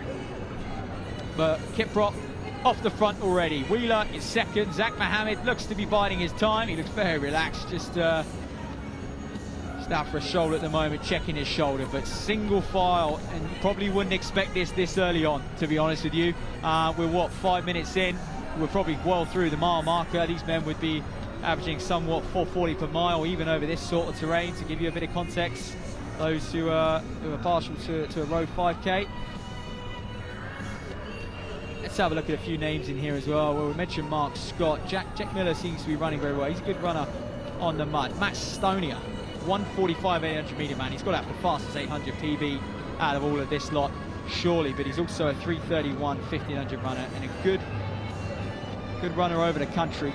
8th at those European cross-country championships last year in the under-23 age group. But Kiprop all out on his own, and is this the first time we're going to see, you know, Vincent Keita to the fore? It looks like that. Wheeler's going to hang tough. I know he was disappointed off his Mansfield performance last year. It was very muddy. As Mary's in there, I think we're going to have a little bit of a chase pack at some point. They've gone off very hard. Agide and Mohammed working together. They've all gone off very, very hard at this point, but I think it will close up soon. So this is great to see Wheeler taking absolutely no prisoners out there at the moment as they approach. They're on around about point F on your screen, ladies and gentlemen. If you're just joining us and you're unfamiliar with this Cardiff Cross Challenge course, they are at point F and they're about to come across. And one thing which is beautiful about this course is the way it's spectator friendly. Look at that, spectators line the course. It's a twisty section. You can almost stand at one spot and see them for the best part of a K or 2K as they switch back on themselves up this hill. It's a proper European cross-country course. You know, we compliment the likes of Belgium and Brussels for putting on good cross-country races, and Welsh Athletics have looked at that model and they've said we want to produce something similar, and that's what they've done. This Cardiff Cross Challenge used to be in sort of Butte Park kind of fields over the other side of the river, and they moved it over to this side. And ever since they've done that, they made a very, very good course, and this event's gone from strength to strength to the stage now where it is a gold label cross country, and we are seeing the very best in the world over the mud flock to Cardiff to take part. To Joy, Kiprop gliding over this terrain, ladies and gentlemen. The crowd are appreciative. They know what they're watching. Fantastic runner, and we'll pan back slightly further back to see the kind of battle of the domestic races. Of course, there is prize money for Brits only, but there is also prize money for the gold label tour as well. $2,000 up for grabs for the winner. So we'll try and identify that athlete in second. I don't believe it's Keita at this point. It could well be Mutai, who's a 3:39 1500 man. And I'll tell you something else about Mutai. In 2011, the World Under-20 silver medalist. So looks like it could be Mutai. But Kiprop, I mean, look, we know the strength Uganda have. You know, Cheptegei and Kiplimo, the way they float over the mud. He's got a very similar arm carriage, Kiprop, as the likes of Cheptegei and Kiplimo. They hold their arms quite high up on their chest, and they just let their legs do all the work. They're just so strong. And one of the things which is quite different, I mean, you know, Kenyans and the other teams, yes, they train on hilly terrain and they train at high altitude, but Ugandans train on extremely hilly terrain. They are no strangers to hills, and actually when you look at the kind of trail scene, the ultra scene, Ugandans take it quite seriously, and they are stepping into that scene more and more. So there's Vincent Mutai, the man who was second in the Under-20 World Champs in 2011. He's coming across the screen. Believe it or not, still only run 3:39. Hasn't improved much in the last 12 years. It's probably a little bit unfair to say, given the level he was at then. He was still a world-class level, but seems to be enjoying the cross-country, and he's going to try and give chase to Kiprop. But if Kiprop holds this position and builds and builds and builds, I mean, you know, sixth at the World Cross Country in the Under-20 age group last year. You know, if he continues to build, it would just be a phenomenal performance. And you look ahead to another World Cross next year, he's got to be eyeing that and thinking, can I make that Ugandan team? Can I even feature at the highest level? I've seen Kiplimo, I've seen Cheptegei win that crown. Can I do it next? So he clearly looks like the next big thing coming out of Uganda. I'll pan over my shoulder. Wheeler and Zach Mohammed is still running together if you're interested in that British battle. George Wheeler a bit further back as well. Angus McMillan having a fantastic run. Mark Scott, Stonia, Miller, Richard Slade, Lalesso, Ian Crowright, all in a chase back behind. Sam Charlton, Joe Morrow as well. Just shouting out some English names. Ben Bradley's in there, Tom Wood. Charlie from Oxford, good contingent of Oxford University students out on the course today. But it looks relentless, ladies and gentlemen. You really do get a feel for it when you're up close and personal with these athletes. They are running. It's just, there's no let up on the gas. For a lot of these men, they would have just done that 3-kilometre circuit, just over that 2-mile circuit, and they'll be very much near their maximum. And they're probably thinking to themselves, going around here, Christ alive, I've got to do that twice more. And one man who might not be thinking that, though, is Kiprop, as he looks very, very good. He looks in control at this moment, and he's familiarised himself with this course now. Alamu from Ethiopia over on the far side, Mutai as Mary, and Zach Mohammed seems to be picking his way through. Seems to have just strategized, you know, had a bit more of a patient tactic over this first lap, and he looks quite good. So Abele Alamu, the under-20 from Ethiopia, I do apologise, I have very, very little notes on him, very little background. He hasn't raced much out of Ethiopia at all, so he's an interesting prospect, he really is. And I think for a lot of gentlemen like him, this is his opportunity. Can he shine? Can he be invited back? Can he compete on the kind of international circuit in Europe? There we are, Mutai and Esmeri attacking that hill. Goodness me, you can just see the class, can't you? Zach Mohammed as well, giving chase. He's leading the British race at the moment, ladies and gentlemen, if you're watching on at home. Wheeler in second, having a phenomenal run, he really is. Whether he can stay there, that'll be another thing. And there's his twin brother in that famous Norton Keys Distance Project vest, set up by Carl Bennett. There's Ben Bradley going through picture, Jamie Edgerton as well, Alex Gruitt, Indy Barnes, some phenomenal runners. Oh, and I have been told the leader may have just had a little fall. It doesn't look like it though. Come through on my ear. Second place, it looked like Mutai had a little slip over on that turn. Just then, Kiprop just steaming ahead though. He streaks ahead and he's got a healthy margin now. This is world-class distance running, ladies and gentlemen. And cross-country is a funny one, isn't it? Sometimes when you're just in the groove, you're untouchable. You know, you can do cross-country races and feel terrible from the very start, and you can do some where you don't even feel a drop of pain. And Kiprop may well be in that zone right now. He is just gliding over this terrain, and this is the lap he'll probably have to gather himself and settle a little bit. Very aggressive early, and he's made it hard for them. They're going to have to give chase, but that they'll do. Mutai, Mohammed, and Alamu and Esmeri. Mutai still, he's got back up, recovered from that fall well. Oh, look at those turns. You can see what I mean about sticky footing. It's not that slippy stuff. Like, I often think the slippy terrain is better. You spiked grip it, but this sticky mud just saps everything out of you. It really does. So let's have a look a little bit further back the field. This is Lesso, Mark Scott. A lot of Brits seem to just be queuing up behind Mark Scott. Jack Miller is sort of edged to the front. There's Rich Slade, just hanging on. He had a very good run at Mansfield last weekend. Ian Crowright, Dale Griffiths, Sam Charlton. Joe Morrow just working his way through as well. It's Milan Campion there. Charlie, Tom Wood, there's Ben Bradley of Aldershot, Farnham District. Had a very good run at the Great South himself, 48 and change over 10 miles, so well inside 5-minute mile, and that, you know, it's serious running over that distance. Kiprop still comfortably out front. We're going to see him sort of come down this stretch, crowd gathering on that log jump. They're going to enjoy watching these senior men negotiate that, especially on the first lap. I imagine it was chaotic, all jostling for position. Interestingly, these senior men, just about every age group, men or women, chose to jump those logs. These senior men are all tapping it, they're footing on, so perhaps that is the way to go. But Zach Mohammed has now moved himself into third place. He'll give chase to Mutai. Obviously 10-15 behind. This is a good run from Mohammed. If he's judged it right, Mutai's going to be there to catch over that last lap. I think that's where you want to be. You want to be hunting athletes at this stage in the race. You don't want to be hanging on. Someone who might be hanging on is Wheeler there in 5th. Aggressive at the start. He's got good company behind him. Agide from Burundi. These men embark on that lonely section of the course, the quiet section, just them and their thoughts.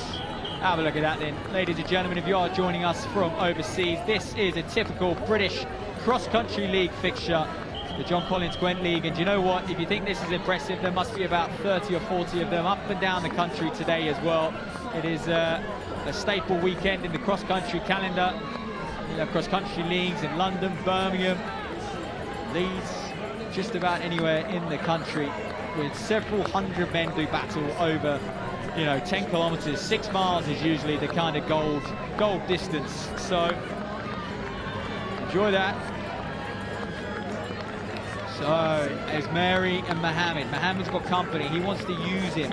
Can he sort of settle for a little bit? He's trying to do a lot of work himself to close that gap back to Mutai, who, to be honest with you, bar that fall, has looked very, very strong. And he's recovered well from that, and we're just looking at the gaps now. And oh boy, Kiprop, he's going to be stumbling on some lap runners very soon. His last lap, he is going to be weaving his way through this field. I can assure you of that. I'm down at the start-finish area, and we have still got men coming through in their hundreds at this point. So Kiprop, that may be a new experience for him, lapping runners, or maybe not. But he does seem to have just sort of judging his effort a little bit more at this point. He seems to be recovering, regrouping, and Vincent Mutai in second place also looks to be doing that. He'll be happy with how he's recovered from his fall at this point. So we are probably exactly halfway, just over through this race, ladies and gentlemen. I think, yeah, if I'm being fair, they'll be inside 30 minutes, that's for sure. 9.6 kilometer circuit. So we were over the halfway mark. And there we are then. So not much info, but you know, hasn't done much since that silver medal at the World Under-20 Championships back in 2011. That was held in Lille, in France, the Kenyan. So hasn't done too much since then, but he's here on the cross-country circuit, and he's going to sweep up a bit of prize money here in Cardiff. But oh boy, Kenneth Kiprop of Uganda. Well, I'm sure there'll be a few gentlemen watching that, watching this race today, who competed against him at that road mile out in Riga, where Kiprop actually finished 15th And they're probably thinking, scratching their heads, going, good on earth, how did I beat that man? Because he is looking unbeatable today here at Cardiff. And well, look there's Wheeler, and there's Keita. Vincent Keita and Wheeler are together. Keita a 3:31 1500 meter man, so Keita Wheeler will be growing in confidence, even the fact that he is in his presence. So they're going to come around well, for the third and final lap. Mutai's very close. Kiprop's closer as he leads the way. The gaps are big now, ladies and gentlemen. I mentioned Kiprop's going to weave his way through just about, well, several hundred lap runners. You'll be astonished the way he'll just cut through them over this last lap. And is that gap shortening? Back to Mutai. Is that gap shortening? Well, we'll get a better look at it when the sort of camera pans out and we get a bit of a wider look, but it might be closing just slightly. Mutai might be on a roll here. He might be catching up with Kiprop at this point, who perhaps is taking a slightly easier section, but this is what's going to get tricky for someone like Mutai chasing, is he's going to lose touch of Kiprop with these lap runners. He's not going to be able to quite see where he is clearly. Kiprop can hide, dip in and out of those lap runners, use them to his advantage. And look, goodness gracious me. Several hundred men, ladies and gentlemen, still on what would be their second lap. Just started. Look at all those clubs. It's a sea of colour. It is a sight, that's for sure. It's impressive. We have that many men turn out for these local cross-country leagues, and I'm sure, you know, these local leagues are growing in stature as well. I spoke to James Williams, the CEO of Welsh Athletics, on the impact of you know, that this race has had on distance running in Wales and Cardiff as a whole, and it's astronomical. You know, so many more people have got involved with cross country, knowing they can race against the very best in the world. And you know, this meet has been put on phenomenally. It's the atmosphere is terrific, the course is terrific. They got lucky with the conditions, but they're also terrific. So Mutai, Kiprop isn't even in shot, so I mentioned that lap might be that gap might be shortening, but no chance of that. Kiprop looks like he is miles ahead, and boy, he's going to have some fun now. Look at this, Kiprop approaching all these lap runners. Mutai in second. I'm going to keep an eye out on this British battle, because we've got Matt Stoney, Mark Scott seems to be dropped, Lesso, Rich Slade, Jack Miller in there as well. The Sharpsy Barnett man as well. Sam Charlton having a good run. Delwood Griffiths running very, very well. Like to Kurt Taylor, Flynn Jennings, Ilan Capia, Joe Morrow sticking at it, Ian Crowright. But look at Kiprop right now.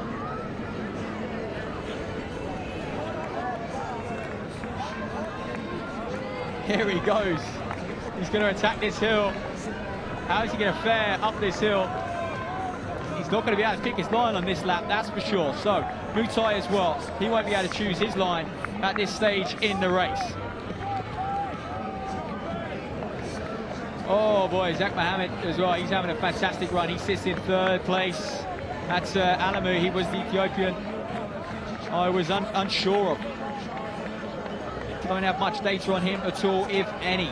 But Mohammed is just placing himself high. He's going to pick up, if he can stay there, he's going to pick up some nice prize money on the World Tour, some nice points as well, but he's also going to pick up some nice British prize money. So double payday for Zach Mohammed if he can stay there, as he chooses line. So almost pushes the lap runner out his way, rightly so as well at this stage in the race. Every inch counts, and the last thing you want is to, you know, lose out on prize money and a medal and world ranking points because of a lap runner. But oh, look at Mutai, he's having trouble again on that turn, just like he did on the previous lap. It is awfully boggy out there now, slippy as well. These men have churned up this course, and this course would have got worse and worse every single lap. You know, just because of the sheer volume of men running around here at the moment. These gentlemen will have to acknowledge greatness as they part the seas to leave room for Kiprop. I'm sure they're checking their shoulder. I'm sure they're saying, here comes the leader, gents. Let's keep clear. Oh, it's a pleasure to watch. It really is. He's just gliding through, and it just puts into perspective, doesn't it, the level he's at. Here's Mutai almost hiding behind some of these lap runners, and this is what I said, you know, he's going to really struggle to gauge that gap to Kiprop now. Now that there's so many lap runners to go through, he's not really going to know where Kiprop is, but that gives you, you know, a bit of perspective. There is room to move here.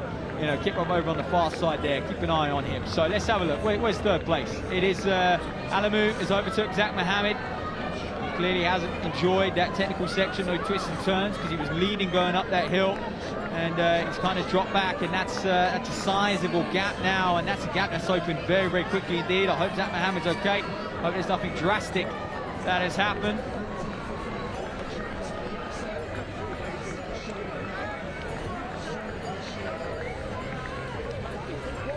So there we are, panning a little bit further back. There's a few of the domestic chasers there, if you like. We're going to hold on this corner. That could be Kartik Kumar of India, 13:48, 5,000 meter man. He was actually 2 times Indian champ, was Kumar, and also Golveer Singh, another Indian athlete, 4th for the Asian Games just a few weeks ago, 13:29 over 5,000. That was back on the 4th of October, so that just shows you, you know, he's back in about 10th place.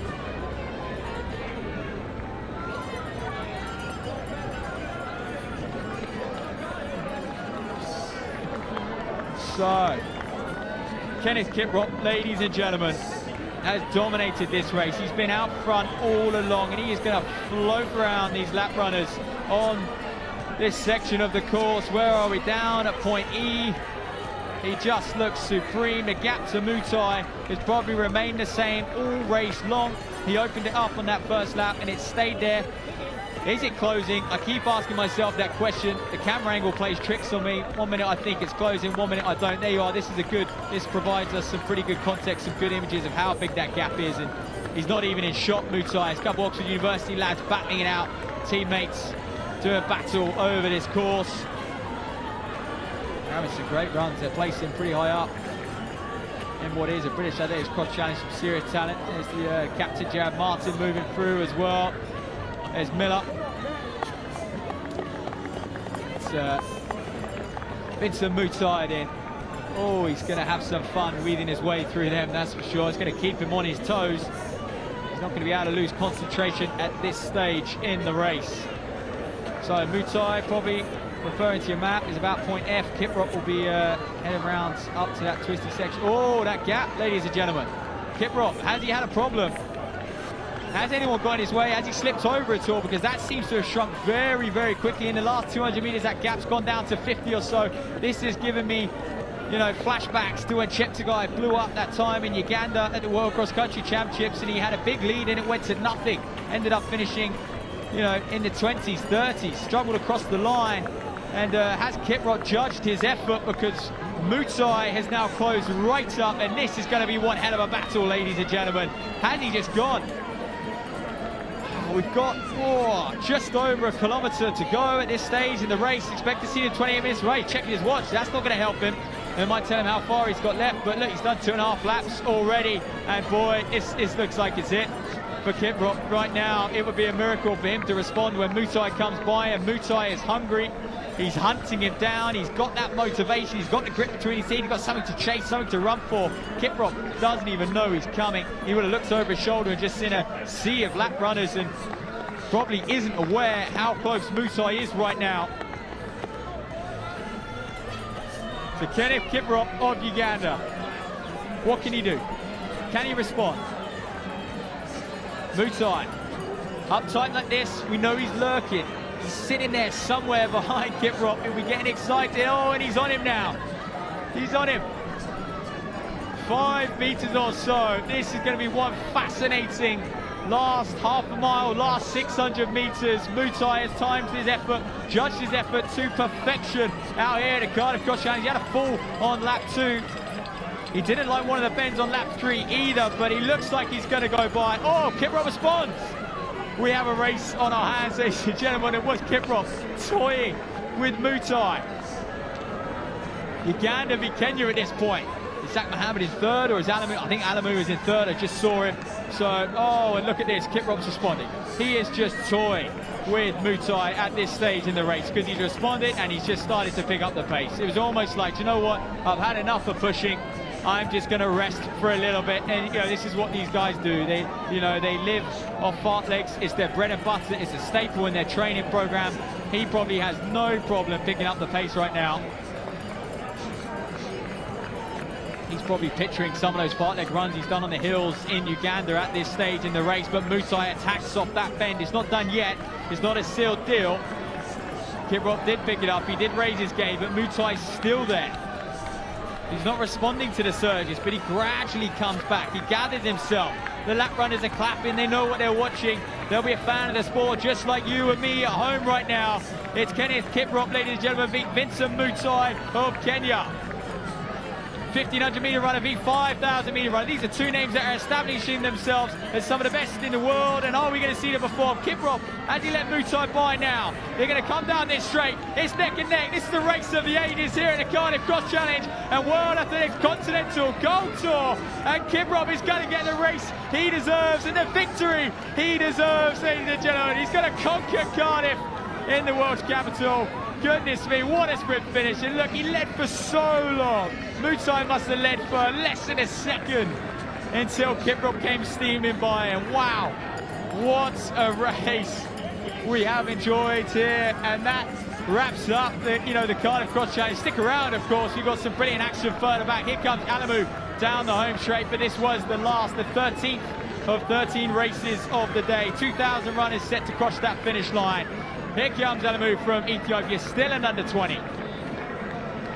Bright future he's got. Fantastic running.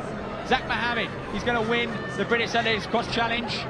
Race 1. Oh, we expect to see him well up there at the Liverpool Cross in 2 weeks. He's beaten some big names here today that might feature in that race as well. He's comfortably, convincingly beat them. Look at this thing. The Wheeler brothers, neck and neck, getting right amongst the international talent as well.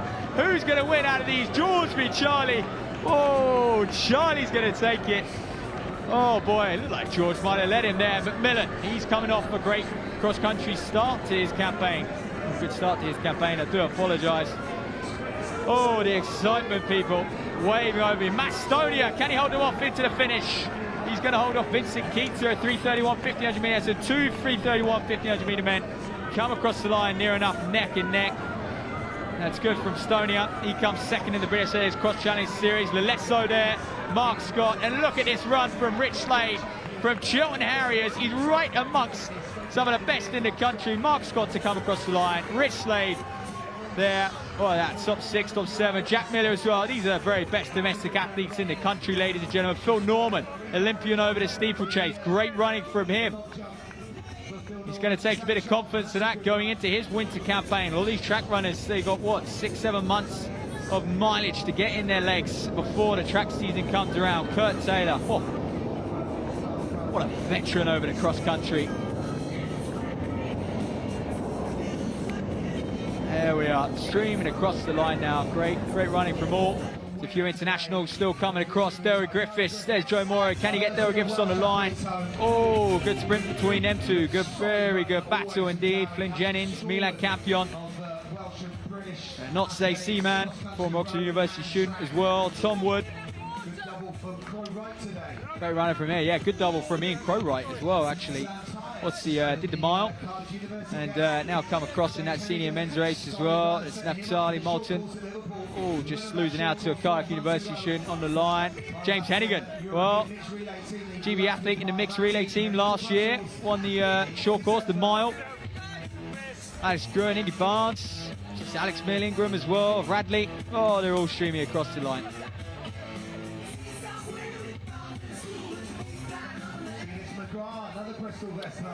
So McGrath, Felix McGrath, yeah. Jared Martin coming through, good running from him. Miller as well. It's good, he's had a fantastic, studied out in Iona, did Miller. That was a good run. Sam Goodchild coming across the line, Cornwall AC. So you just really get an idea of where all these athletes have travelled from up and down the country, coming together here. That's, what is that? Slowly becoming one of the most famous cross-country races in the UK, to be honest with you.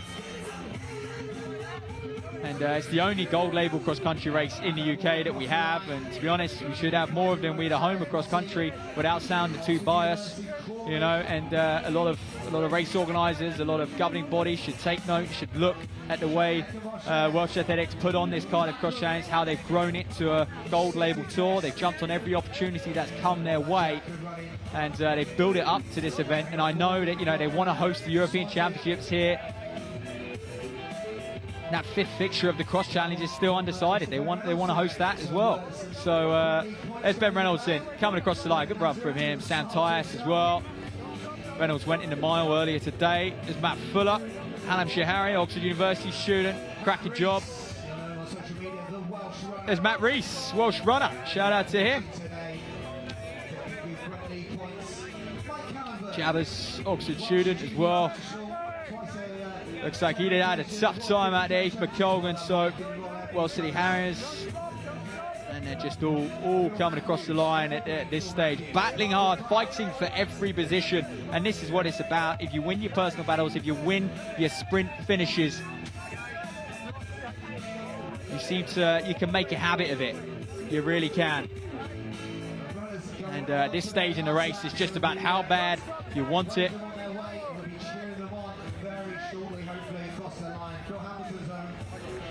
Good running from all these gentlemen. Enjoy it. Soak it up out there. So if you're at home, I hope you have enjoyed your coverage of the Cross Challenge and this World Cross Country Tour today. I've been your commentator, Matt said. Now I'm going to stick around for a little while, let all these lot come across the line. But if you missed anything, go back, watch it. You can rewind on the stream. You know the drill. We're all familiar with YouTube these days. But yes, credit to all the sponsors involved. Sportshoes.com, they put on those mile events. It's fantastic mile events. They sponsored a few athletes going into it as well. Of course, British Athletics and Nike, their sponsor, Welsh Athletics, and everything they do for the sport. These home nations really are, to be honest, leading the way in kind of looking to grow and develop the sport, which does take a while. Change does take a while. It doesn't happen overnight.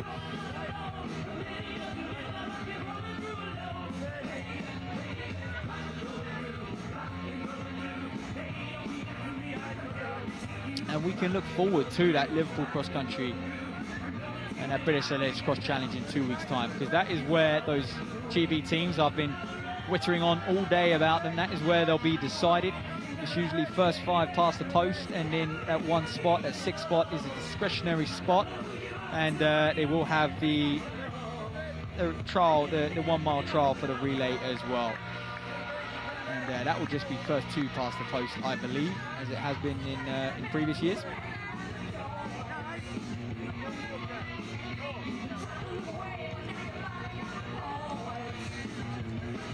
But boy, the crowd sticking around here, enjoying, cheering on, friends and family cheering everyone on.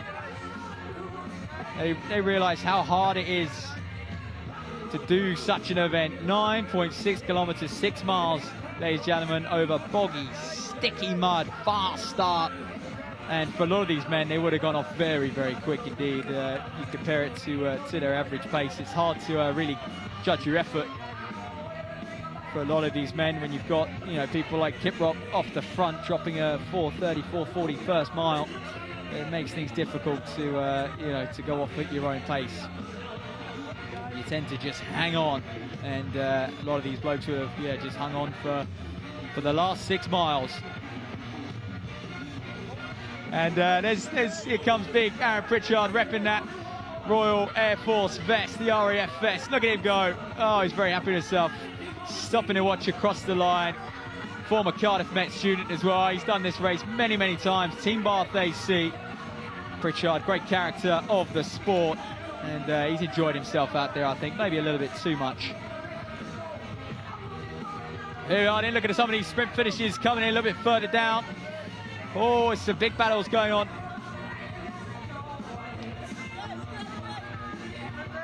And still, the Oxford University students flock across the line. Somewhat 60 or 70 students, men and women. headed over to Cardiff this morning to compete for a spot to represent the university at the varsity match in a couple of weeks' time as well.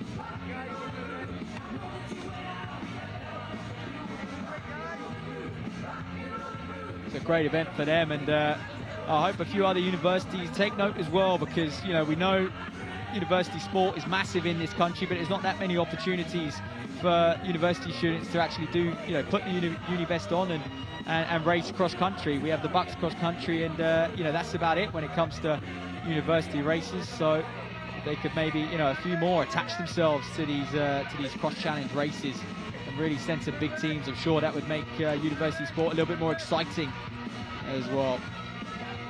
But some great finishes we can continue to enjoy, and you know what, these men are going to be coming across this line for several more minutes now. I'm looking over my shoulder. I believe the last couple of athletes have actually set off for their final lap, their third and final lap. Medalists for the senior men who make the way for presentation. That's the top 3 overall, and our top 3 British finishers as well. We're going to do your presentation in a few minutes' time. So that's Kenneth Kiprock, Vincent Mutai, Abeli Bakeli Alemu, Zakira Mohammed, George and Charles Wheeler. So we'll continue to hold the camera on all of these athletes finishing across the line, but it has been a terrific day here in the Welsh capital. 13 races, 2,000 runners, maybe just under across the line so far. A few more to finish up. I've been your commentator today, Matt Senna, but we'll hold the camera on this shot so you can enjoy picking out those loved ones. And I'll check back in with you in a little bit.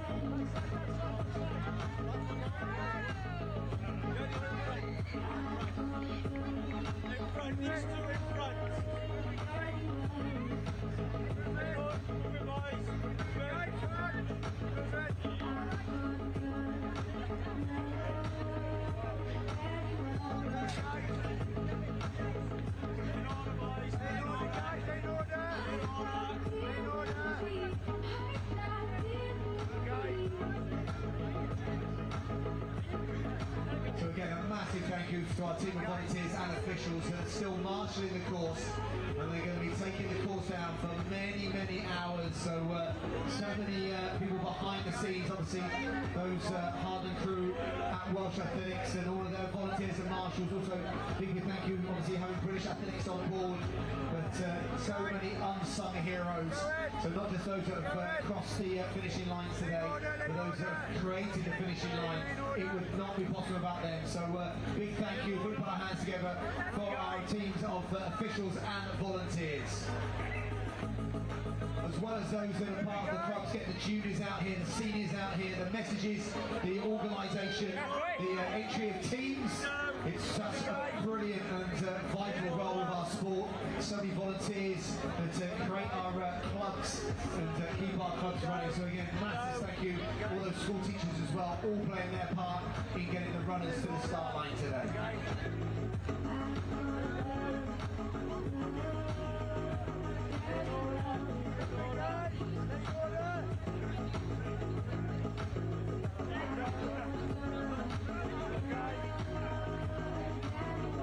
So then we're looking for the Wheeler brothers to presentation.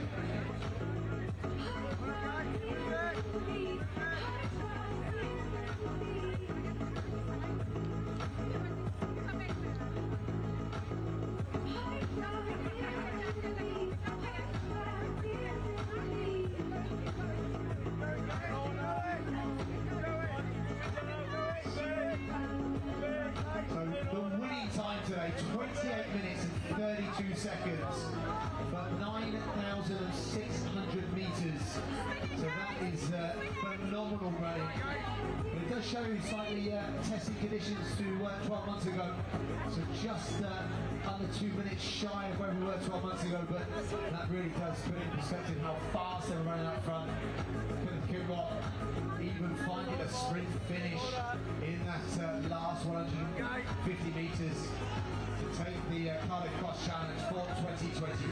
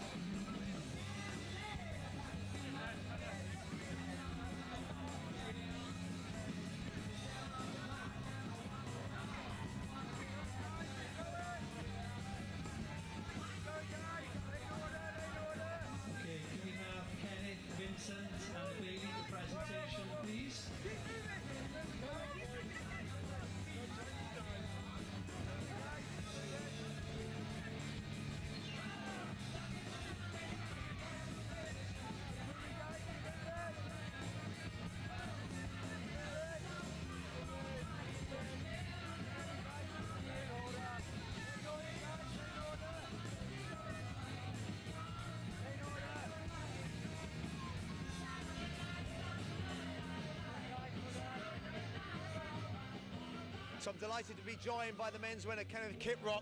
Kenneth, what a win today. You took the pace out and you won here in Cardiff. Did you enjoy that? Yeah, I enjoy to win this race in Cardiff because it is my first time to run in Europe across country like this one. Yeah. And you had a big lead on the field, and then you came to the final 150 metres and you found a sprint. Did you think you were going to have to sprint for the win today? Yeah, I was having that sprint to win this race. Yeah. And did you enjoy the course of Cardiff, and were there lots of fans and spectators cheering you on? Yeah, I enjoyed the course, but my first challenge, I see mud, but for me, I be expected to win this race. Well, we're delighted you ran in Cardiff today. What's your next race, Kenneth? Where do you go from here? My next race is to be a road race. Although I don't know where to be held. Yeah. So we look forward to seeing that, and obviously I'm sure Jury will get you the information for that 5K road race. We wish you all the best. Would you like to try and break 30 minutes in that race? Yeah, I'm going to run 13 minutes or 12, 50 something. Yeah. That would be something. So we're delighted to have Kenneth Kiprock, winner of the men's race today here at the Cardiff Cross Challenge 2023. Okay,